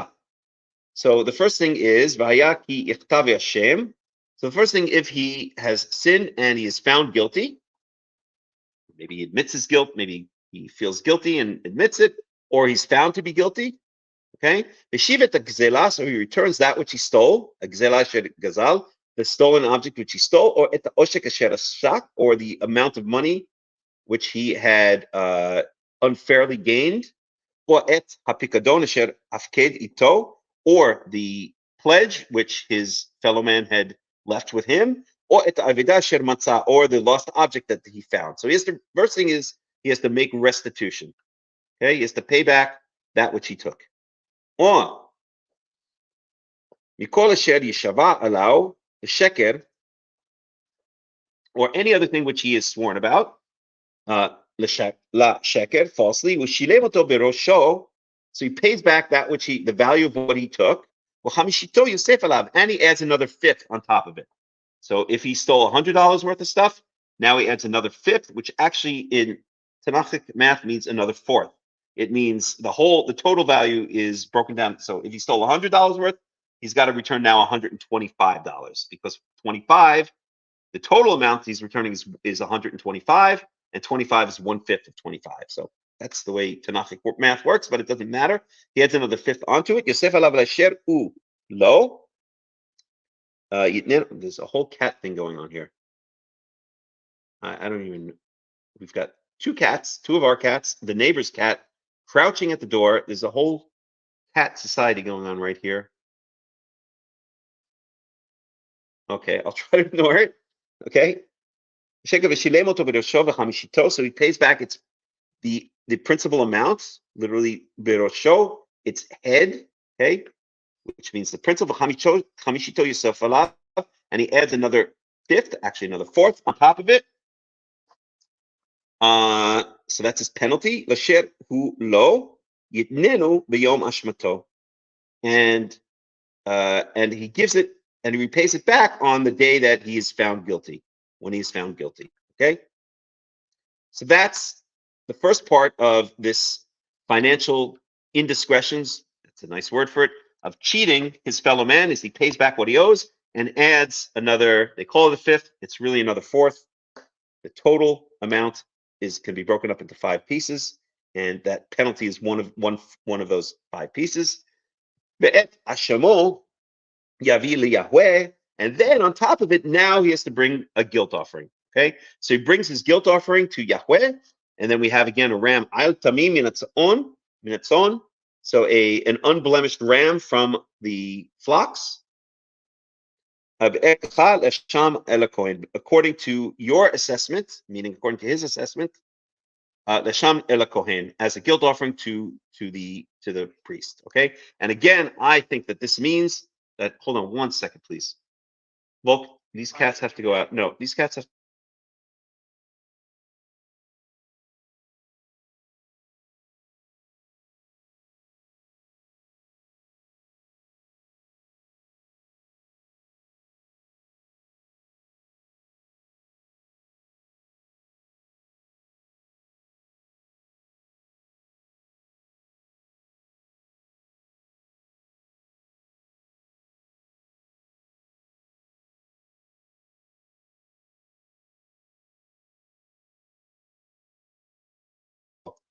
Sorry, guys. I'll be right back. Let me just solve this cat infestation we have going on here. Be right back.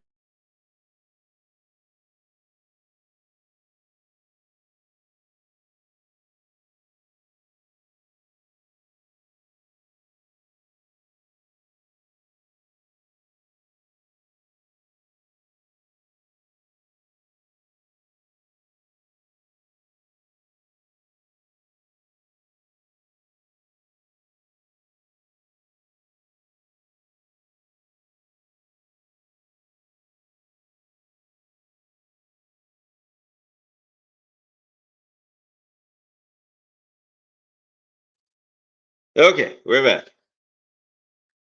I'm telling you, man, these cats, they have some sneaky little creatures, but boy, are they lovable. I am a cat person. I grew up with a cat sleeping at my feet every night. Well, one night in my bed, another night in my sister's room, another night in my brother's room. But I've been a cat person since I'm a little kid. But they are some sneaky little creatures. I got to tell you that. And never boring. Never ever boring. Okay, so et ashamo yavi li'aweh ayad tamim minatzon yekachal Hashem el kohen. So I think this means, I'm going to stick with what I said before, even though I haven't found a single commentary that agrees with me. I think it means that you're going to assess how much you owe add a fifth to it, and this is the value. Well, let me see again. I don't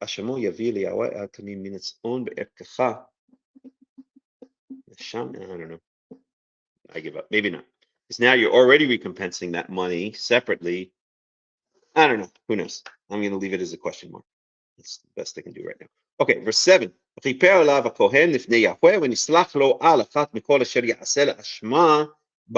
And the priest will atone for him before Yahweh, and he will be forgiven. And in doing so, it will be forgiven for one of all of Mikol Asher Ya'aseh Ashma Ba, one of all these things that he has been found guilty of committing. Okay, so guilt offering, it's like a sin offering, but very specifically financial crimes. Okay, in this case, deliberate cheating, financial crimes against a fellow human being, a fellow Israelite, involving the swearing of a false oath. Okay, the making of a false statement under oath. In the first case of the guilt offering, we're talking about inadvertent withholding of taxes to the temple.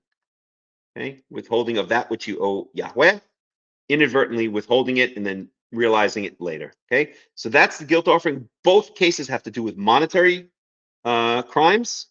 The first case, inadvertent withholding of taxes, withholding of that which you owe to Yahweh, to the temple. In the second case, not inadvertent, deliberate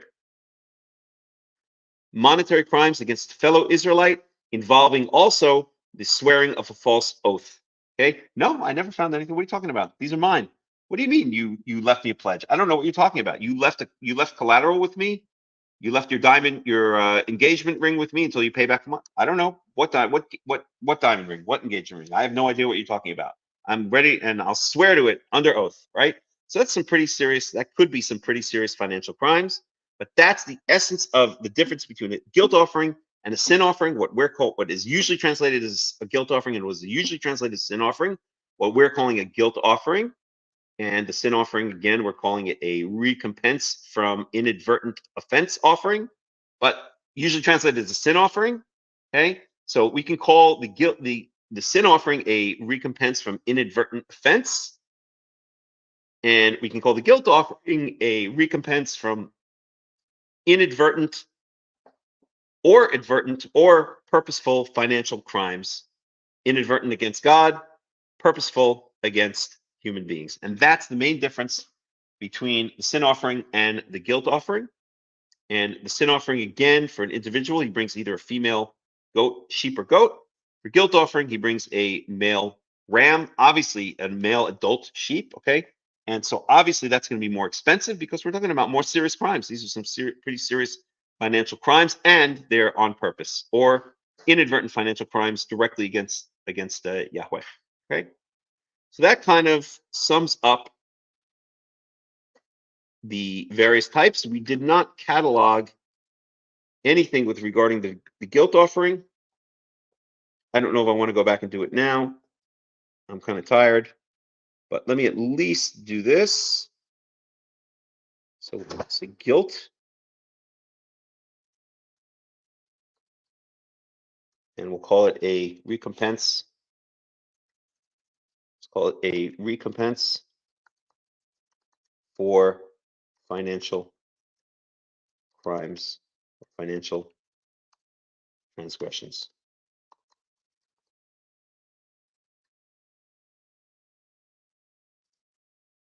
Okay.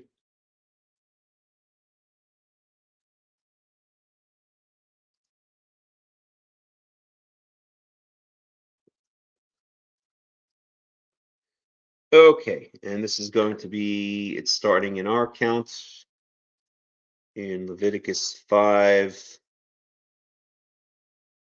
where is it? 5:14.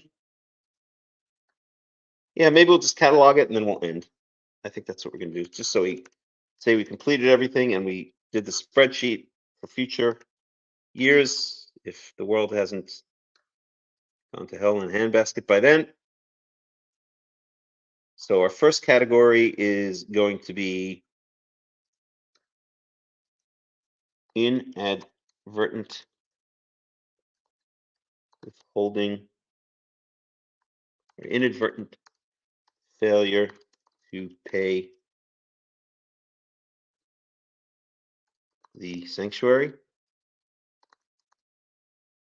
And this next one is going to be, put it down here, purposeful financial crimes against other people.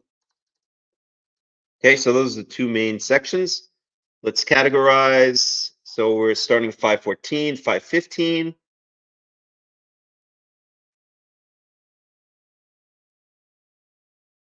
Okay, so anyone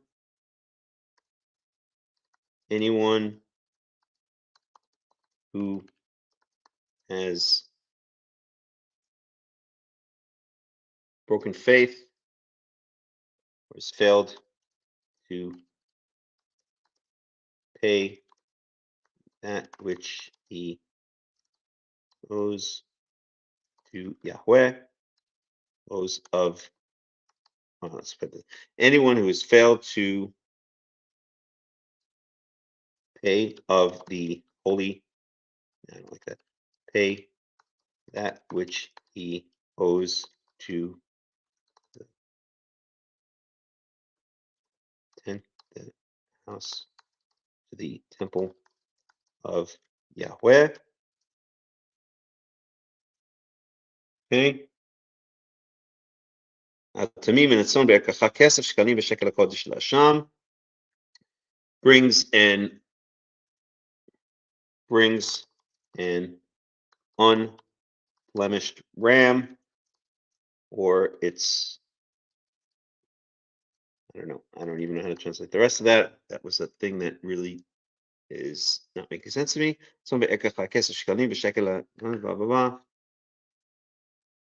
I'll just put according to his valuation in shekels. I guess I don't even really know what that means. Okay, so that's that. That's 514. Actually, it's 515.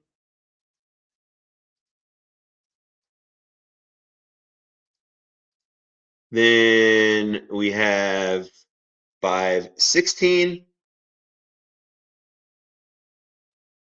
So he adds another. He adds another fifth onto it. Okay, so he adds a fifth, actually a fourth, making 5 total pieces, 5 total parts, and gives it to the Kohen. All right.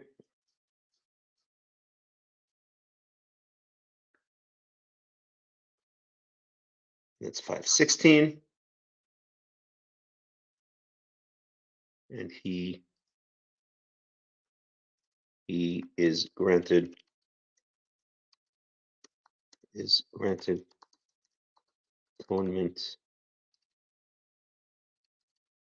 atonement by this and the ram of the guilt offering. Okay, a little bit verbose, but it's the best I could do right now. I'm tired. Leviticus 5:16.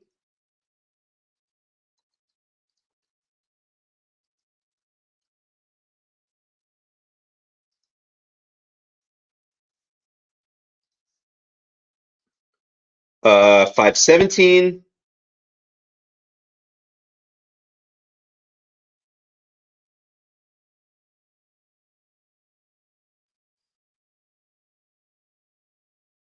So, אם נפש תחתיו עשתה אחד מכל מצוות יהוה שלא תעשינה ולא טעם השם מנשא עוונו והביא. Okay.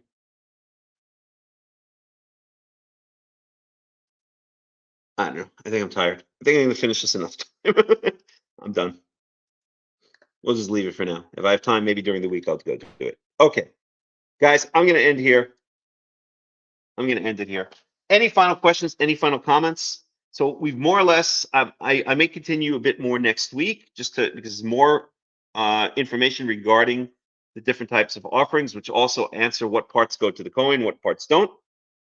But let's just review. We have 5 main types of offerings, 5 main types of sacrifices that are brought. They're not all meat sacrifices. The second type is a grain sacrifice, and also we saw that in the case of the sin offering, if you can also bring a flour if you can't afford birds, and if you can't afford sheep, you can bring birds. If you can't afford birds, then you can bring flour. So the 5 main types are the burnt or holy burnt offering, the grain fire offering, where portion of the grain or the baked unleavened bread is, or the baked or fried unleavened bread is thrown on the altar. The third is the fellowship offering or the peace offering. The fourth is the sin offering or the recompense from offense offering. And the fifth is the guilt or the recompense from financial crimes offering. Those are the 5 main types of offerings. Whenever you see them throughout the Tanakh, then you should have an idea of what they mean. And when we encounter them in other places in the Tanakh from now on,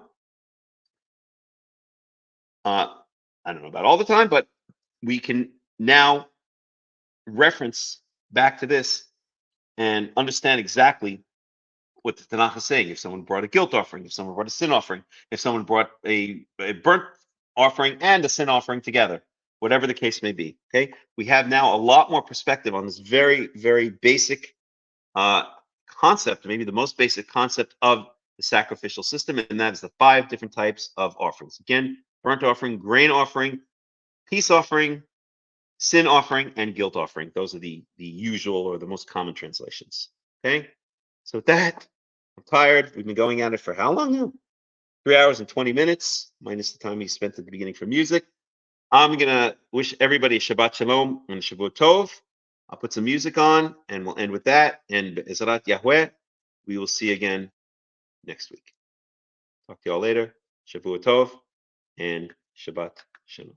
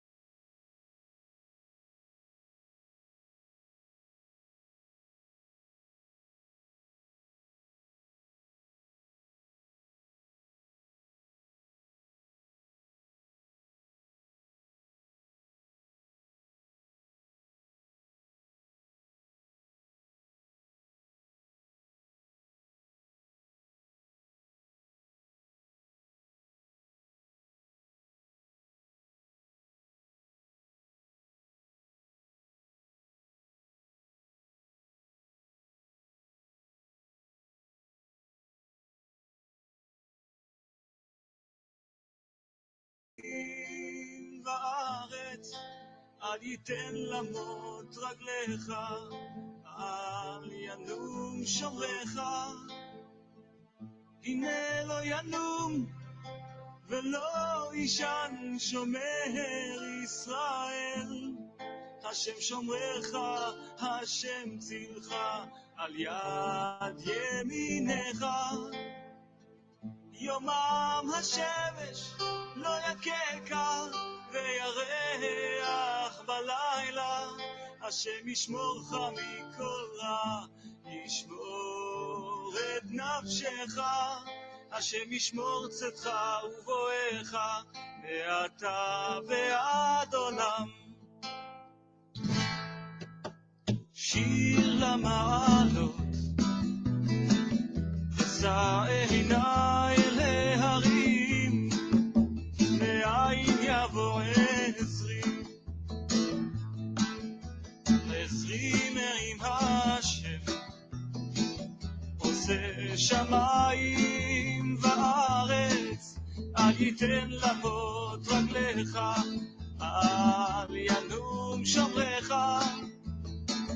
הנה לא ינום ולא שומר ישראל, השם שומרך, השם צילך, על יד ימינך.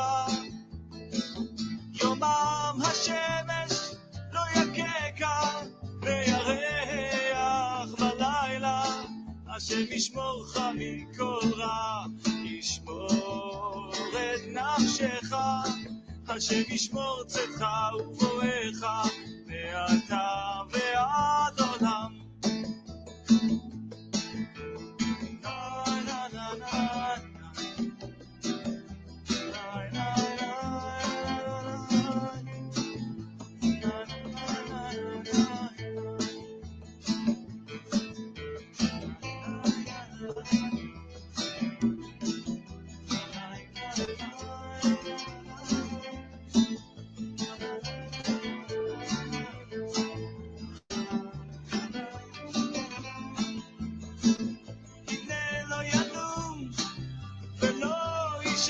שומר ישראל, השם שומרך, השם צילך, על יד ימינך.